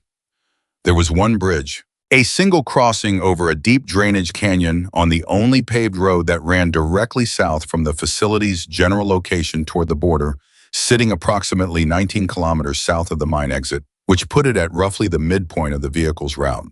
An old bridge probably built in the late 1950s from the construction notation on the map. A single-span crossing over a canyon that the topographic lines indicated was deep enough to make any vehicle that went into it unrecoverable. Walker looked at the bridge. He looked at the map scale. He looked at the route the vehicle would take to reach it. He keyed his radio.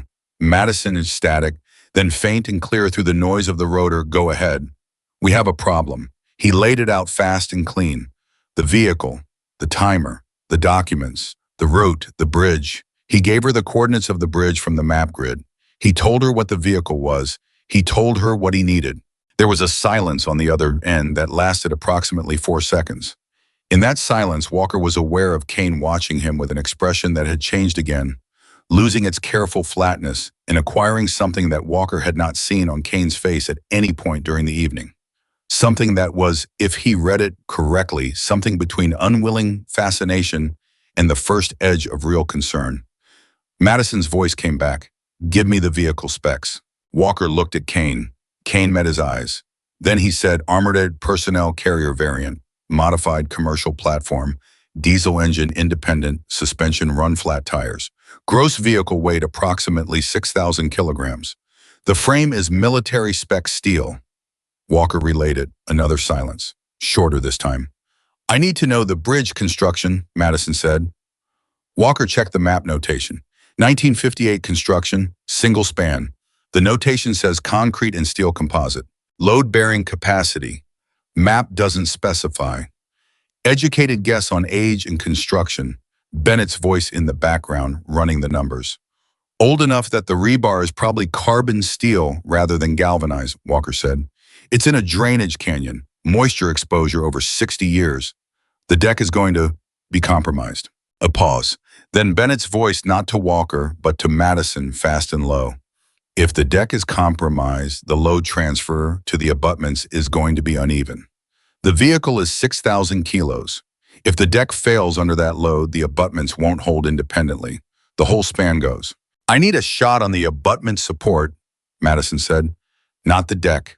The abutment. Left side upstream face. If the concrete is as degraded as the age suggests, a high-energy impact on the existing cracked network in the upstream face will propagate fast under vehicle load. You're going to hit a bridge support from, Walker checked the coordinates. He calculated the distance from the ridge to the bridge. He ran it twice because the first answer seemed wrong. It was not wrong. From 3,400 meters. Approximately, Madison said, in the dark. Yes. On a stationary target, Walker said, with an automated vehicle that may arrive before or after you take the shot depending on the exact timing of the failsafe. That is the problem, Madison said. I need to know the timer. Exactly. Walker looked at Kane. Kane was looking at him with that expression that was not quite concern and not quite something else. He looked at Walker for a long moment, and Walker looked back, and the helicopter churned through the dark air between the canyon and the staging area, and somewhere to the south, an armored vehicle was waiting for a timer to run out. 38 minutes, Kane said. From now, Walker relayed it. There was a pause on Madison's end that Walker understood was not hesitation. It was calculation. She was running numbers he could not follow, building a solution to a problem that had no margin for experimentation, no opportunity to miss and try again, no acceptable alternate outcome. The vehicle had to stop at that bridge, or it reached the border, and if it reached the border, 43 people whose names and addresses were in the documents it carried would spend the rest of their lives in danger that they did not know was coming. Bennett, Madison's voice said, and then she was not talking to Walker anymore. She and Bennett were inside the problem together the way they always were, and Walker heard fragments of numbers and wind readings and calculations that came through the radio, like pieces of a language he understood individually but not in combination. He let them work. He looked at Kane. If she misses, he said quietly, not as a threat, not as a question, just as a statement of fact that he wanted Kane to hear directly. Those 43 people are compromised. You know what happens after that? Kane looked at him. Yes, he said, I know. Is that what you want? Kane was quiet for a moment. Something moved across his face that Walker watched carefully. What I want, Kane said, and what I have set in motion are no longer the same thing. That is what happens when a plan reaches the point of no return. The plan continues whether or not you still want it to. Then help us stop it, Walker said. I've given you everything I have, Kane said. The timer, the route, the vehicle specs, the bridge location. He looked at his hands. Whatever happens now is between your sniper and the mathematics. Walker looked out the window of the helicopter at the dark terrain moving below them. He thought about Madison on that ridge. He thought about what she had already done tonight, the sustained performance over 4+ hours in cold and dark with the lives of his team in the margin of every decision she made. He thought about her saying 3,400 meters in the same tone of voice she would use to say, please pass the salt. And he thought about what it took to be a person who could say something like that in that tone of voice and mean it. She's going to make it, he said, not to Kane, not to anyone in particular. At 04:19, the armored vehicle in the mine shaft received the automated departure signal from its internal timer and began moving. It moved through the darkness along the pre-programmed route with the patient and indifferent purpose of a machine executing instructions, no faster and no slower than the parameters allowed for navigating the rough track from the mine exit to the paved road with the precision of GPS-guided automation. It was carrying documents, it was carrying personnel files, it was carrying the kind of information that changes lives, and not in ways that the people whose lives would be changed would ever choose. It reached the paved road at 04:26 and turned south. On the ridge, Madison Carter had been repositioned for 11 minutes.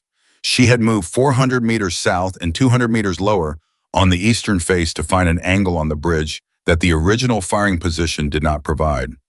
Moving on a mountain at night to establish a new firing position in 11 minutes was not something most people could do without disrupting their entire physiological baseline. Without arriving at the new position, breathing too hard, and with a heart rate too elevated to shoot with precision. Madison arrived at the new position with a heart rate of 64 beats per minute.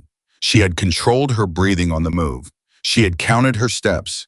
She had placed her feet with the specific deliberateness of someone who understood that how you move toward the shot is part of the shot itself. Bennett sat up beside her and immediately began building the new firing data.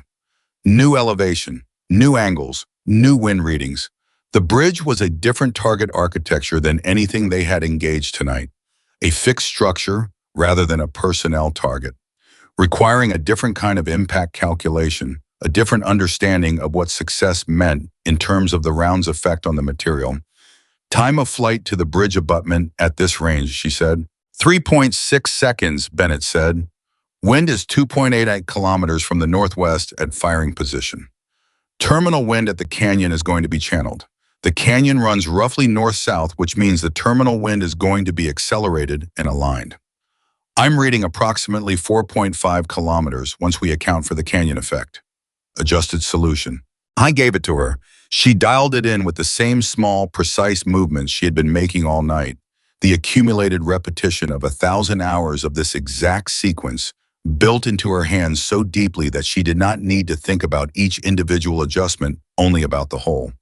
Vehicle ETA to the bridge, she asked. Based on the route distance and estimated vehicle speed, approximately 7 minutes from when it entered the paved road, Bennett said. That puts arrival at the bridge at approximately 04:33. She checked her watch, 04:29, 4 minutes. I need to take the abutment shot before the vehicle arrives, she said. The pre-impact shot degrades the structure. The vehicle load provides the final failure mechanism. The sequence matters. Agreed, Bennett said. You have a window of approximately 2 minutes to place the pre-impact shot and allow for crack propagation before the vehicle load arrives. Give me the exact aiming point, she said. He described it. Left abutment upstream face targeting the visible crack network at the joint between the abutment cap and the main body of the structure.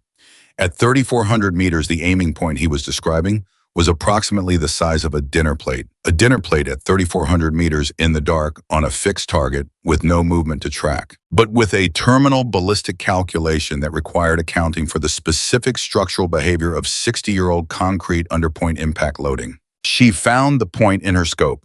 It took her 40 seconds to locate it precisely to distinguish the specific architectural feature Bennett had described from the surrounding structure at this distance and in this light.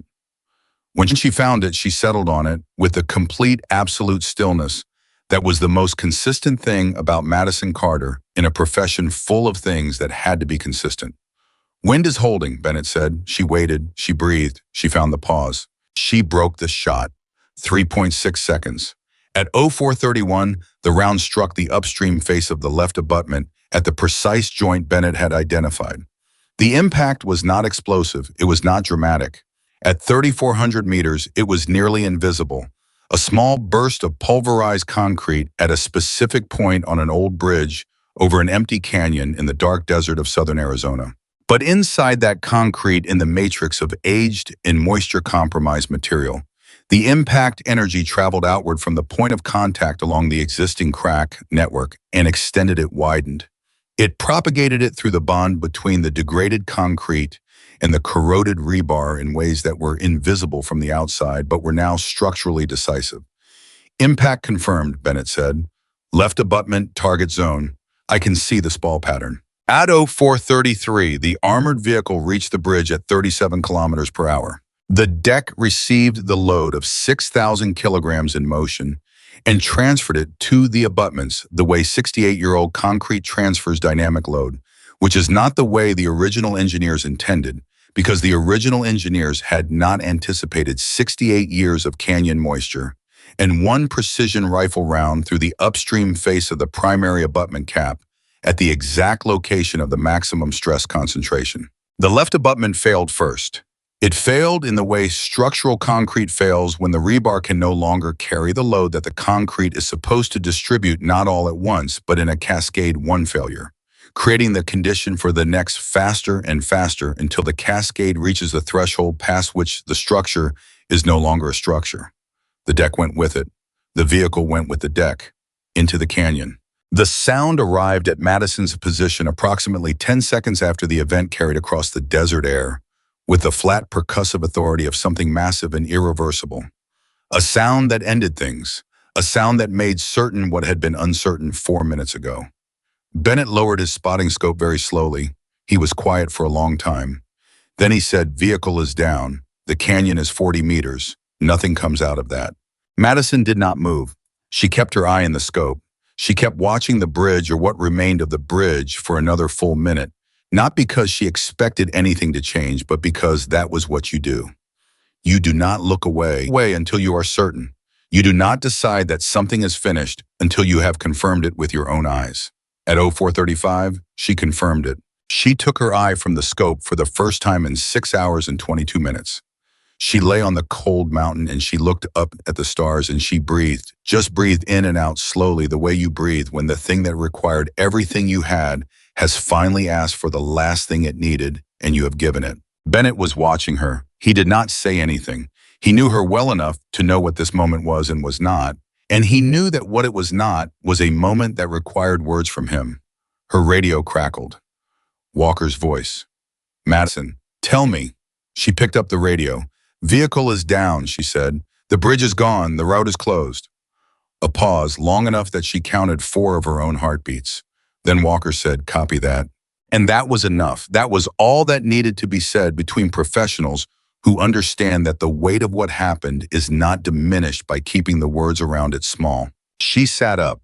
She began the process of clearing her rifle methodical and unhurried. Each step in the sequence performed the way she had performed it 10,000 times before, with care and precision and the quiet respect of someone who understands that the tools of your profession deserve the same attention when the work is done as when it is beginning. Bennett started packing his equipment beside her. Neither of them spoke for several minutes. The desert was still and cold around them, and the stars were still thick overhead. And somewhere below them in the dark, the canyon held what remained of 11 months of planning and 43 personnel files in one automated vehicle that had run out of road. Bennett zipped his bag. He looked at her. "You want to talk about any of it?" "No," Madison said. "Okay," he said. She stood, slung her rifle, and began the long walk back down the mountain. Bennett fell into step beside her without comment. The way he always did, the two of them moving through the dark with the patient and familiar rhythm of people who have done this together long enough that no direction is necessary. The night was over. The work was done. And on the road back down to whatever came next, Madison Carter walked in silence and felt for the first time in 6 hours and 22 minutes the cold. The staging area, 12 kilometers north of the canyon, was a flat stretch of desert that the military used for exactly this kind of purpose. Temporary, anonymous, far enough from everything that the sound of helicopters coming and going in the middle of the night did not reach anyone who was not supposed to hear it. When Nighthawk 7 set down at 0451, there were already two other vehicles on the ground, a medical unit and a command vehicle with its antenna array extended and its interior lights burning the particular shade of blue-white that meant someone important was watching a screen and waiting for information. Walker stepped off the helicopter, last the way he had stepped onto it last, because some habits are not habits at all, but are the outward expression of something internal that does not have a name but does not need one.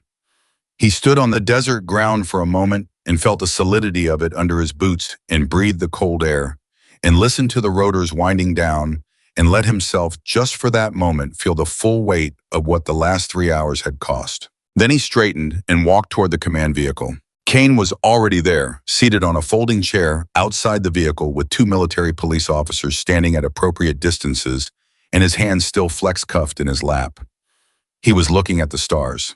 Walker noticed that, a man who had just watched 11 months of work come apart, who had been taken into custody on the ground of a facility he had built specifically to be a trap, who had seen his redundancy plan eliminated by a rifle shot from a distance, he still could not fully accept as real. And he was looking at the stars with the focused and unhurried attention of someone who has decided that the next thing that happens is going to happen, regardless of how he feels about it. And so he is going to look at the stars while he waits. Walker stopped in front of him. Kane looked away from the stars and up at Walker.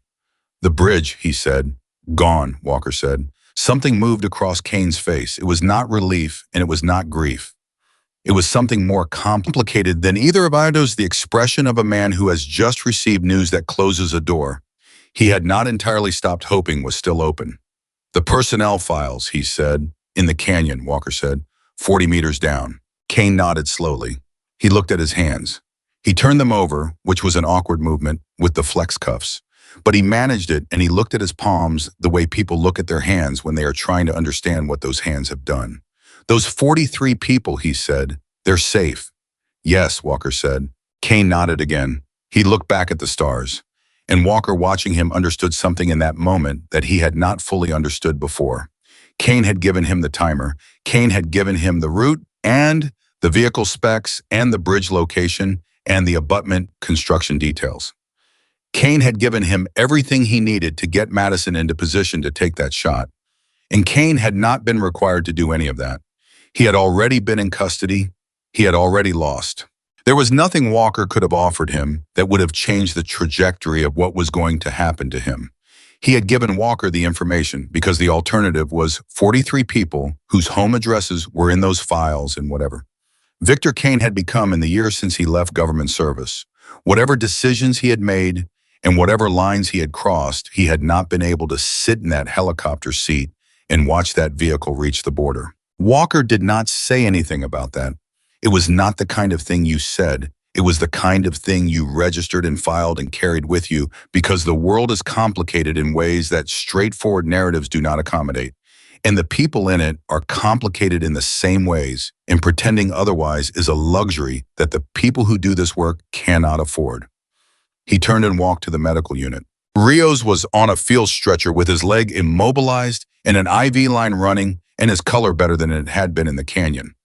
Webb was beside him, which did not surprise Walker, because Webb would not leave a patient he had been managing through a crisis until he had physically handed that patient to someone else and confirmed with his own eyes that the handoff was complete. Webb was like that. It was one of the things that made him exceptional. "How is he?" Walker asked. "Fibula fracture, clean break, no arterial involvement," Webb said. "He needs a surgical consult to rule out soft tissue damage, but he's going to walk out of this. 6 weeks in a boot, maybe 8. Walker looked at Rios. Rios looked back at him with the particular expression of a man who is in pain and is managing it by focusing on other things. "You did good tonight," Walker said. "I got blown up in the first 5 minutes," Rios said. "You got blown up in the first 5 minutes and you kept your rifle in your hands and you held a security position with a broken leg for 46 minutes and you did not make a sound that would have told the people trying to kill us where our casualty was," Walker said. "That's what I said. You did good." Rios looked at him for another moment and then looked away, which was as close as he was going to come to accepting the assessment. Walker let it be. He found Garza leaning against the command vehicle with his equipment vest still on and a bottle of water in his hand, looking at nothing in particular with a 1,000-yard expression of someone whose adrenaline has finished metabolizing and left behind only the tiredness and the echoes. "Comms are back up," Garza said without preamble. "Command has the situation report. They want a full debrief at 0700. "They'll get one," Walker said. He took the water bottle that Garza offered him from the case at his feet and drank half of it without stopping. The water was cold and tasted like plastic and was the best thing he had consumed in several hours. "Bravo element. Jackson's team is good. 2 minor injuries from the Western Ridge approach, both ambulatory, neither requiring medical evacuation. Jackson is over there." Garza gestured. "He's going to want to talk to you." "He can wait 5 minutes, Walker said. "He's been waiting 40 minutes, Garza said. "Then 5 more won't kill him." Walker sat down on the case of water beside Garza and looked out at the desert. The sky in the east was still fully dark, but the quality of the darkness had changed slightly in the way it changes in the hour before dawn. Not lighter exactly, but less absolute, as if the dark is beginning to remember that it is temporary. He had seen that change in the sky more times than he could count from more places around the world than he could easily list, and it still did something to him every time. Something quiet and complicated. His radio crackled. "Walker, this is Carter. We're at the base of the eastern approach. ETA to staging approximately 20 minutes on foot." He keyed it. "Copy Madison. Take your time." A pause. "Is everyone accounted for?" "Everyone's accounted for," he said. "Rios has a fracture. Everyone else is functional." "Come in slow. There's coffee somewhere around here." Another pause, slightly longer. "Copy." He put the radio down. Garza was looking at him. "She sounds tired," Garza said. "She's been on that ridge for 7 hours, Walker said. "She should sound tired." "She doesn't sound tired often," Garza said. "That's the thing." Walker thought about that. He thought about Madison Carter, whom he had known for 4 years, whom he had worked beside and relied upon and trusted in the specific and unreserved way that you trust the people who have demonstrated repeatedly and under actual conditions that they are exactly who they say they are. He thought about the first time he had seen her shoot on a qualification range 2 years ago at a distance that the range officer had initially pushed back on as being beyond the standard course parameters, and how she had stood her ground on the distance with the quiet and unassailable confidence of someone who knows the difference between a rule that exists for a good reason and a rule that exists because nobody has yet done the thing it prohibits. She had made the shot. She had made the next one. She had made everyone after that. He had not doubted her since, not once. At 0517, Madison and Bennett walked into the staging area from the eastern approach. They were moving at the patient, steady pace of people who have been on their feet for a long time and have decided that the remaining distance is a known quantity that can be covered without urgency. Bennett was carrying both their bags in addition to his own equipment, which told Walker more about how the last hour had been than any debrief would. Madison was carrying her rifle. She walked into the staging area, and the first thing she did was visually locate every member of Walker's team. Walker watched her do it, the quick and methodical visual check. Webb, Garza, Chen, each one registered and confirmed and filed before she did anything else. She found Rios on the stretcher, and she stopped there for 2 seconds longer than she stopped anywhere else, and then she continued. She came to Walker. She looked at him. He looked at her. There was a lot in that exchange that did not require words and would have been diminished by them, so neither of them used any for the first several seconds. Then Madison said, "The transmitter shot." "Yeah," Walker said. "I wasn't certain about the angle past the overhang. I noticed you moved your position." 2 feet, she said. "It was enough. Barely." "Barely is enough," Walker said. She looked at him steadily. "You walked out there without cover." "You were there," he said. "I had a narrow angle and an uncertain solution, and you walked out into the open based on the assumption that I would find a way to make it work," she said. It was not an accusation. It was a statement of something she needed to say directly so that he understood that she understood what he had done and what it had required of her. "Yes," Walker said. "That's a lot of trust," she said. "You'd earned it," he said. She held his gaze for another moment. Then she said, "Don't do that again without telling me first." "Fair enough," he said. She nodded once sharply the way she closed things that were finished.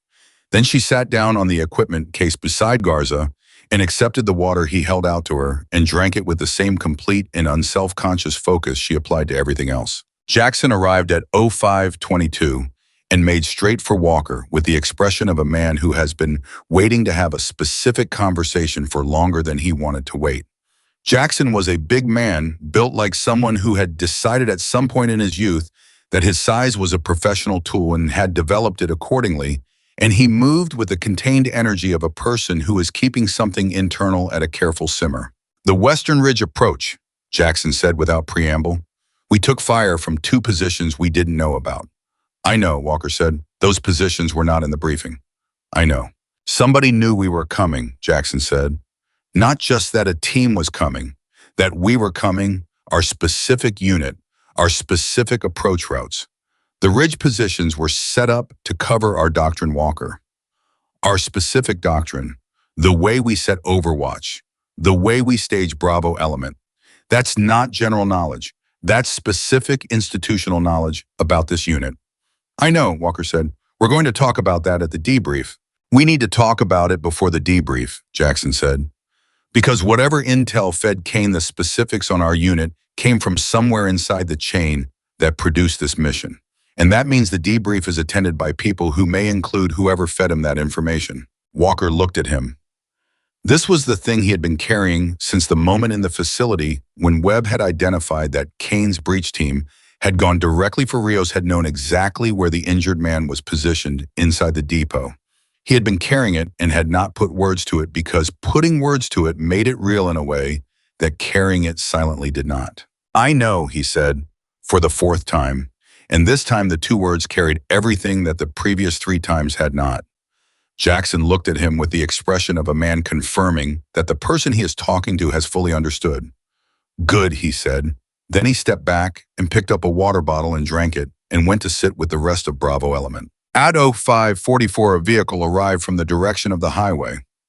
Not military, a dark sedan with government plates that had the particular unremarkable quality of a vehicle specifically chosen not to attract attention.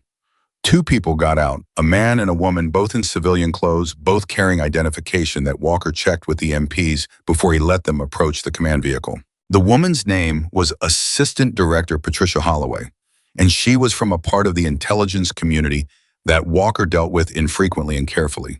She was in her mid-50s, gray-haired, with the contained and watchful quality of someone who had spent a very long career in rooms where the information being discussed was the kind that changed the shape of things. She walked directly to Kane. Walker watched from a distance. He could not hear what was said. He watched Kane look up at Holloway, and Holloway looked down at Kane with an expression that was not anger and was not satisfaction and was not quite anything that Walker had a clean word for. They spoke for approximately 3 minutes. Kane spoke more than Holloway did, At one point, he looked away from her toward the eastern sky, the way he had looked at the stars earlier. And then he looked back and said something that made Holloway's expression shift very slightly. Then Holloway walked away from Kane and came toward Walker. "Master Chief," she said. "Ma'am," he said, "the case is secure." "Garza has it," Walker said. "Chain of custody is intact. In the secondary materials, the vehicle, in a canyon 19 kilometers south of the facility," Walker said, "40 meters down, irrecoverable." Holloway nodded. Something in her posture shifted a fraction of an inch, the kind of postural change that is invisible, unless you have spent a career reading the body language of people who have learned to suppress it. The change said that was the one I was most worried about. "The shot that stopped the vehicle," she said. 3,400 meters, bridge abutment, preloading the structure before the vehicle arrived. She was quiet for a moment. "I've read the preliminary report. I want to understand the mechanism. The shooting was one thing. Understanding the structural failure and timing the pre-impact shot correctly to match the vehicle's arrival window is something else entirely. That's applied engineering, not marksmanship." "Chief Carter," Walker said, "and Petty Officer Bennett. They worked the solution together." Holloway looked toward where Madison was sitting with the rest of the team. Madison was not looking at them. She was looking at her rifle running a bore cloth through the barrel with the same methodical care she applied to everything, each pass deliberate and even and unhurried.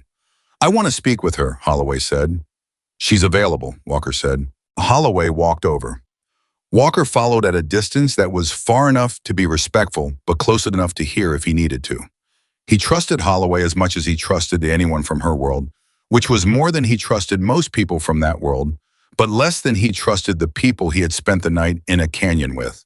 Holloway stopped in front of Madison. Madison looked up from her rifle. "Chief Carter," Holloway said. "Ma'am," Madison said. "I'm told the standard engagement envelope for your platform is approximately 1,500 meters in operational conditions," Holloway said. "Tonight you operated at twice that distance in the dark on multiple targets, including a shot that required predicting the structural behavior of a 68-year-old bridge under dynamic vehicle load and timing a pre-impact round to arrive at a specific abutment feature within a 2-minute window." Madison said nothing. "I'm not asking you to explain it," Holloway said. "I've been in this business long enough to know that some things resist explanation, and that asking for one is sometimes the wrong response to what just happened."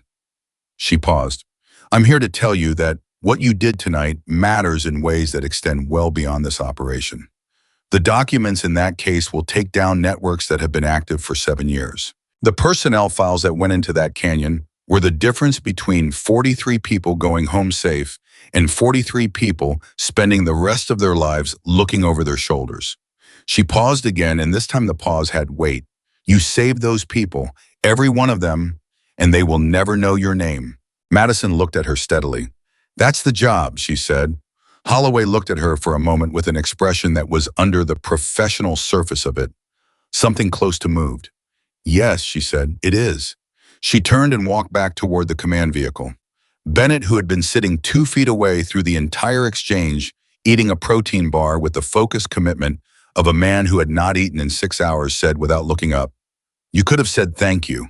"I said what was accurate," Madison said. "Those aren't mutually exclusive," he said. She looked at him. He looked at her. He held out half the protein bar. She took it.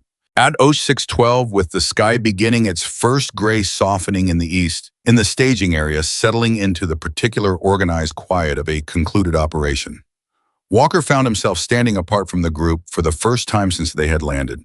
He stood with his water bottle and his thoughts and the specific emotional accounting that comes at the end of something that has asked a great deal of you and has been answered. I thought about Rios, who would spend 6 weeks in a boot and would come back to full duty before the doctors recommended it because that was who Rios was. He thought about Webb, who had kept a man alive and functional in a contested environment with improvised resources and had never broken his own composure while doing it. I thought about Garza and Chen and Jackson and the people from Bravo Element who had come down from the western ridge through territory that had been set up specifically to kill them. I thought about Kane. He thought about the timer given willingly and the route and the bridge details. He thought about a man who had crossed every line worth crossing and had still at the end chosen something that looked from a certain angle, like the last faint outline of what he used to be. He thought about Madison. I thought about what she had done tonight, not as a sequence of shots, not as a technical achievement that could be described in range cards and data tables, but as a sustained act of will. 7 hours on a frozen ridge, multiple engagements at distances that the textbooks described as marginal. A transmitter shot through a narrow angle past a building overhang that she had not been certain she could thread. A bridge shot at 3,400 meters in the dark on a structural target, timed to a vehicle arrival window taken as a single non-repeatable solution. And through all of it, the thing that Walker kept returning to was not the precision. Precision was a skill. Skills could be taught and trained and developed through repetition. What could not be fully taught, what lived in a person rather than in a curriculum, was what Madison had displayed in the moments between the shots. The patience, the judgment about when to fire and when to wait, the capacity to hold stillness in a situation designed specifically to produce chaos, the willingness to take a shot that Bennett had told her was not certain and that she had taken anyway, not from recklessness, but from the complete understanding of what the alternatives to taking it were. That was not a skill, that was character. And character was either there or it was not. At 0631, Specialist Reyes arrived from the command element with a tablet in a preliminary debrief form, in the expression of someone who has been awake all night monitoring a radio and is running on coffee and professional obligation. She went to Walker first. The initial after action is going to need statements from everyone, she said. Command wants the full picture. They'll get it, Walker said. At 0700, there's also a flag from the intelligence review, she said, and her voice dropped slightly, taking on the careful register of someone conveying information that has sharp edges. The mission briefing, the specifics about unit doctrine and approach routes that Kane had access to. Command has opened an internal review.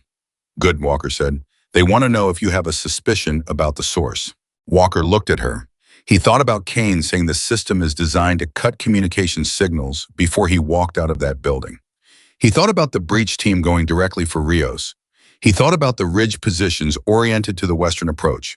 I have a suspicion, Walker said. I'll give it to the right people at the right time, not now. Reyes held his gaze for a moment, reading him. Understood, she said. She made a note on her tablet and moved on. At 0649, Madison walked up beside Walker and stood there in the gray pre-dawn light without saying anything for a moment. He did not say anything either.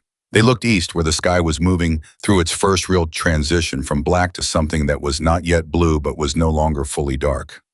Kane gave you the information you needed, she said. It was not a question. Yes, Walker said. Why? Walker thought about it. He thought about the answer that was procedurally accurate about leverage and custody in the absence of remaining options.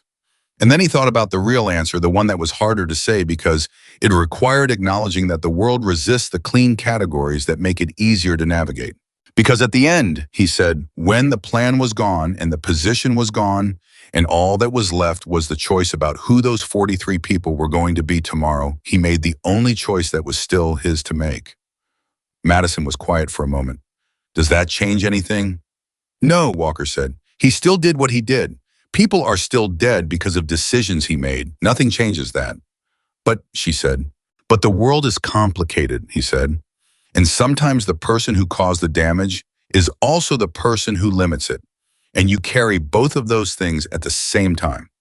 She looked at the sky. I can do that, she said. I know, he said. At 0704, the debrief began. It was held in the command vehicle with Holloway present, and the man who had arrived with her, whose name was Carver, and whose role was not specified, but whose attention to detail and the specific quality of his questions made clear that he was there to build something out of what the team had to tell him. Walker gave his account first, then Jackson, then Garza and Webb and Chen in sequence, then Bennett, then Madison. She sat across from Holloway and Carver and gave her account in the precise, linear, unemotional way that after-action debriefs are supposed to be given, but rarely are because people are not machines and the events they are describing are not abstract. She gave ranges and wind readings and firing solutions and timestamps with the same unvarying accuracy she brought to everything else. At one point, Carver stopped her. The transmitter shot, he said. You had a 2-foot repositioning window in an uncertain angle and you were moving on a mountain at night. Walk me through the decision. Madison looked at him. Walker was in the open without cover. The target had a device with unknown function that he was reaching for. The angle past the overhang required repositioning. I repositioned. I found the angle. I took the shot. You were confident you had the angle. No, she said. I believed I had a sufficient probability. There's a difference between confidence and sufficient probability. I needed roughly a 60% chance of threading the angle to make the shot worthwhile, given the consequences of not taking it. I assessed approximately 65%. I took the shot. Carver looked at her. And if you'd assessed 60%, I'd have taken it, she said. The floor was the consequences of not taking it, not my comfort level with the solution. Carver wrote something down. He looked up. One more, the bridge shot. Bennett called 3,400 meters uncertain terminal wind, structural target with no confirmed degradation model. You took it on a 2-minute window. Yes, she said. What was your confidence level on that shot? Madison thought about it for a genuine moment, not performing consideration, but actually revisiting the internal state she had been in at 0430 on that ridge. With her eye in the scope and the cold coming up through the ground and the darkness in the vehicle somewhere south of the mine, exit running on a timer toward a border she could not allow it to reach. 55%, she said, on the structural effect. The impact itself I was confident about. Whether the impact would produce sufficient crack propagation to cause span failure under vehicle load at that weight, given the age of the concrete and the moisture exposure, and the point of impact that was 55%. You took a 55% shot that was the last line between 43 people and compromise, Carver said. Yes, she said. Why? Madison looked at him steadily. Because 55% was better than 0, she said. And 0 was what we had if I didn't take it. Carver put his pen down. He looked at her for a long moment with an expression that Walker, watching from the back of the vehicle, recognized as the expression of someone in the process of fundamentally updating a model they had been operating with for a long time. The model that says what is and is not possible, what is and is not realistic, what is and is not achievable by a person in a specific role under specific conditions. Carver's model was being updated in real time by a woman sitting across a folding table from him in a desert staging area at 07:22 in the morning, answering his questions with the flat and undecorated accuracy of someone who sees no reason to make what she does sound more dramatic than it already is. He picked his pen back up. He wrote for a long time without speaking. At 08:15, when the debrief was finished and the team was beginning the process of loading equipment and preparing for the drive to the main base, Kane was led to a separate vehicle by Holloway's people. He walked with his hands cuffed in front of him now, rather than behind a small administrative acknowledgement that the situation had moved from field custody to formal custody. He walked steadily and without assistance and without looking at his feet. He passed Madison on the way to the vehicle. He stopped. The MP beside him did not object, understanding from the body language that this was a moment of a specific kind and that the correct response was to allow it its duration. Kane looked at Madison. Madison looked at Kane.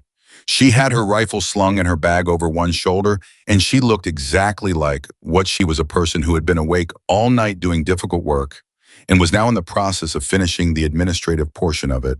Kane said, I built that operation for 18 months. I accounted for every variable I could identify. I had sources inside the command structure. I had surveillance on the approach routes. I had electronic warfare capability that I purchased from people who know what American Special Operations Communications architecture looks like. He paused. I did not account for you. Madison looked at him. What specifically? The range, he said, the patience, the shot on the transmitter when Walker was in my field, the bridge. He shook his head slowly with the expression of a man doing genuine intellectual accounting. The bridge. I still don't fully understand the bridge. Applied physics, Madison said, structural engineering, patient observation of the site characteristics from the aerial imagery during the briefing preparation. She paused. And Bennett? Kane looked at her. You're going to give your spotter credit for the bridge shot. I'm going to give him accurate credit, she said. The solution was collaborative. The shot was mine. Both things are true. Kane was quiet for a moment. Then he said, with the particular quality of a man saying something he has not planned to say, but which has arrived at the surface of him anyway. For what it's worth, the timer, the route, the bridge details. That was not strategy. That was not leverage. He looked at her. Those 43 people did nothing to earn what I was going to do to them. They were tools in a plan. And at a certain point, a plan stops being something you believe in and becomes something you are simply continuing because stopping it requires acknowledging things you would rather not acknowledge. Madison looked at him for a long moment. And at the end, you stopped it, she said. Walker stopped it, Kane said. You stopped it. I provided the information that made it possible for you to stop it. That's a smaller thing. It's not a small thing, she said. It's the thing that mattered most. Kane looked at her. Something passed across his face that was in its own complicated way the expression of a person receiving something they did not expect and do not know exactly what to do with. Then the MP touched his arm and he walked to the vehicle and the door closed and he was gone. Bennett appeared beside Madison. He had been standing within earshot, which she had known and had not objected. Applied physics, he said. It was accurate, she said. It was also generous, he said. You could have just said you made the calculation. We made the calculation, she said. He looked at her for a moment. Then he picked up her bag from the ground beside her feet and added it to the load he was already carrying. She did not protest. She let him carry it, which was a thing she did not often allow, and which meant something that neither of them felt the need to put into words. Walker found her one more time before the convoy departed. He stood in front of her and looked at her, and she looked back at him, and they were both exhausted in the specific way that comes from doing something that required everything you had and getting it done. Holloway wants a formal write-up on the engagement methodology, Walker said. Range data firing solutions, structural analysis on the bridge shot. She's taking it to the training command. Why, Madison said. Because what you did tonight needs to be documented, Walker said. Not just for the record, because there are people coming up through the system right now who need to know that the range is not fixed, that the limits are not where the textbook says they are, that somebody went out to 3,400 meters in the dark and changed the outcome of a mission that was failing. And she did it because she had spent years building toward the capability to do it when it mattered. Madison was quiet. You're going to be a case study, Walker said. I don't want to be a case study, she said. I know, he said, but you are one. You were one the minute that transmitter hit the ground. She looked away from him toward the east, where the sky had now completed its transition and was genuinely fully dawn, the light coming in low and flat and golden across the desert in the way that light comes after a long and difficult night without apology and without ceremony, simply present, simply real. She thought about the things she had been told over the years in classrooms and on ranges and in briefing rooms and in conversations she had not been meant to overhear. She thought about the word limits and the word parameters and the phrase standard operational envelope. And she thought about how many times those words had been placed in front of her as walls when they were in fact only the current location of a line that moved every time someone was willing to go past it. She thought about every morning she had gotten up before it was light to go to the range. Every afternoon she had spent with Bennett working problems that did not have solutions yet. Every evening she had spent reading engineering texts and ballistic data and structural analyses that nobody had told her were relevant to her job, that she had decided were relevant because she had looked at her job and decided that the version of it she was willing to perform was larger than the version that already existed. She thought about the moment on the ridge when Bennett had said the floor was the consequences of not taking it, except that he had not said that. She had said that in the debrief, describing her own internal state at a moment when she had been alone with her rifle and the darkness and a problem that had no clean solution, and the certain knowledge that the wrong answer was the same as no answer at all. She had said it, and it was true, and it had always been true, and she had always known it was true, and that was why she had spent years building toward a capability that nobody had told her to build, and nobody had guaranteed she would ever need. That was why. Write it up, she said. If it helps somebody coming behind me, write it up. Walker looked at her. He nodded once. She picked up her rifle and walked to the convoy vehicle and got in. Bennett got in beside her. The door closed. The engine started. The convoy began to move. Outside the window, the desert passed in the early morning light, flat and ancient and completely indifferent to everything that had happened in it during the night. The way the natural world is indifferent to human events, not cruelly, but simply because the desert was here before any of this, and it will be here when all of it is memory. Madison Carter sat in the vehicle and felt the weight of her rifle across her lap and the tiredness in her body, and the particular quality of quiet that comes after sustained effort. Not empty quiet, but full quiet. The quiet of a container that has been used completely and is now at rest. She did not think about the shots. She did not review them, replay them, second-guess them. They were done. They had been what they needed to be. The people who were supposed to come home had come home. That was the mission. That was what the mission had always been. She looked out the window at the desert light and let herself just this once feel the simple and enormous fact of it. It was enough. It had always been enough. And the ghost on the mountain came down from the ridge and went home, having changed the shape of things in ways that the darkness would never see, but that the daylight would carry forward silently in the lives of 43 people who woke up that morning not knowing how close the night had come. And in the training rooms where future operators would one day sit with a case study in their hands and read about a woman who looked at a limit and decided it was simply the current location of a line and moved it. That is what excellence does. It does not announce itself. It does not wait for permission. It does not stop at the edge of what has already been done and call that edge the boundary of what is possible. It goes past. And in going past, it shows everyone who comes after where past is.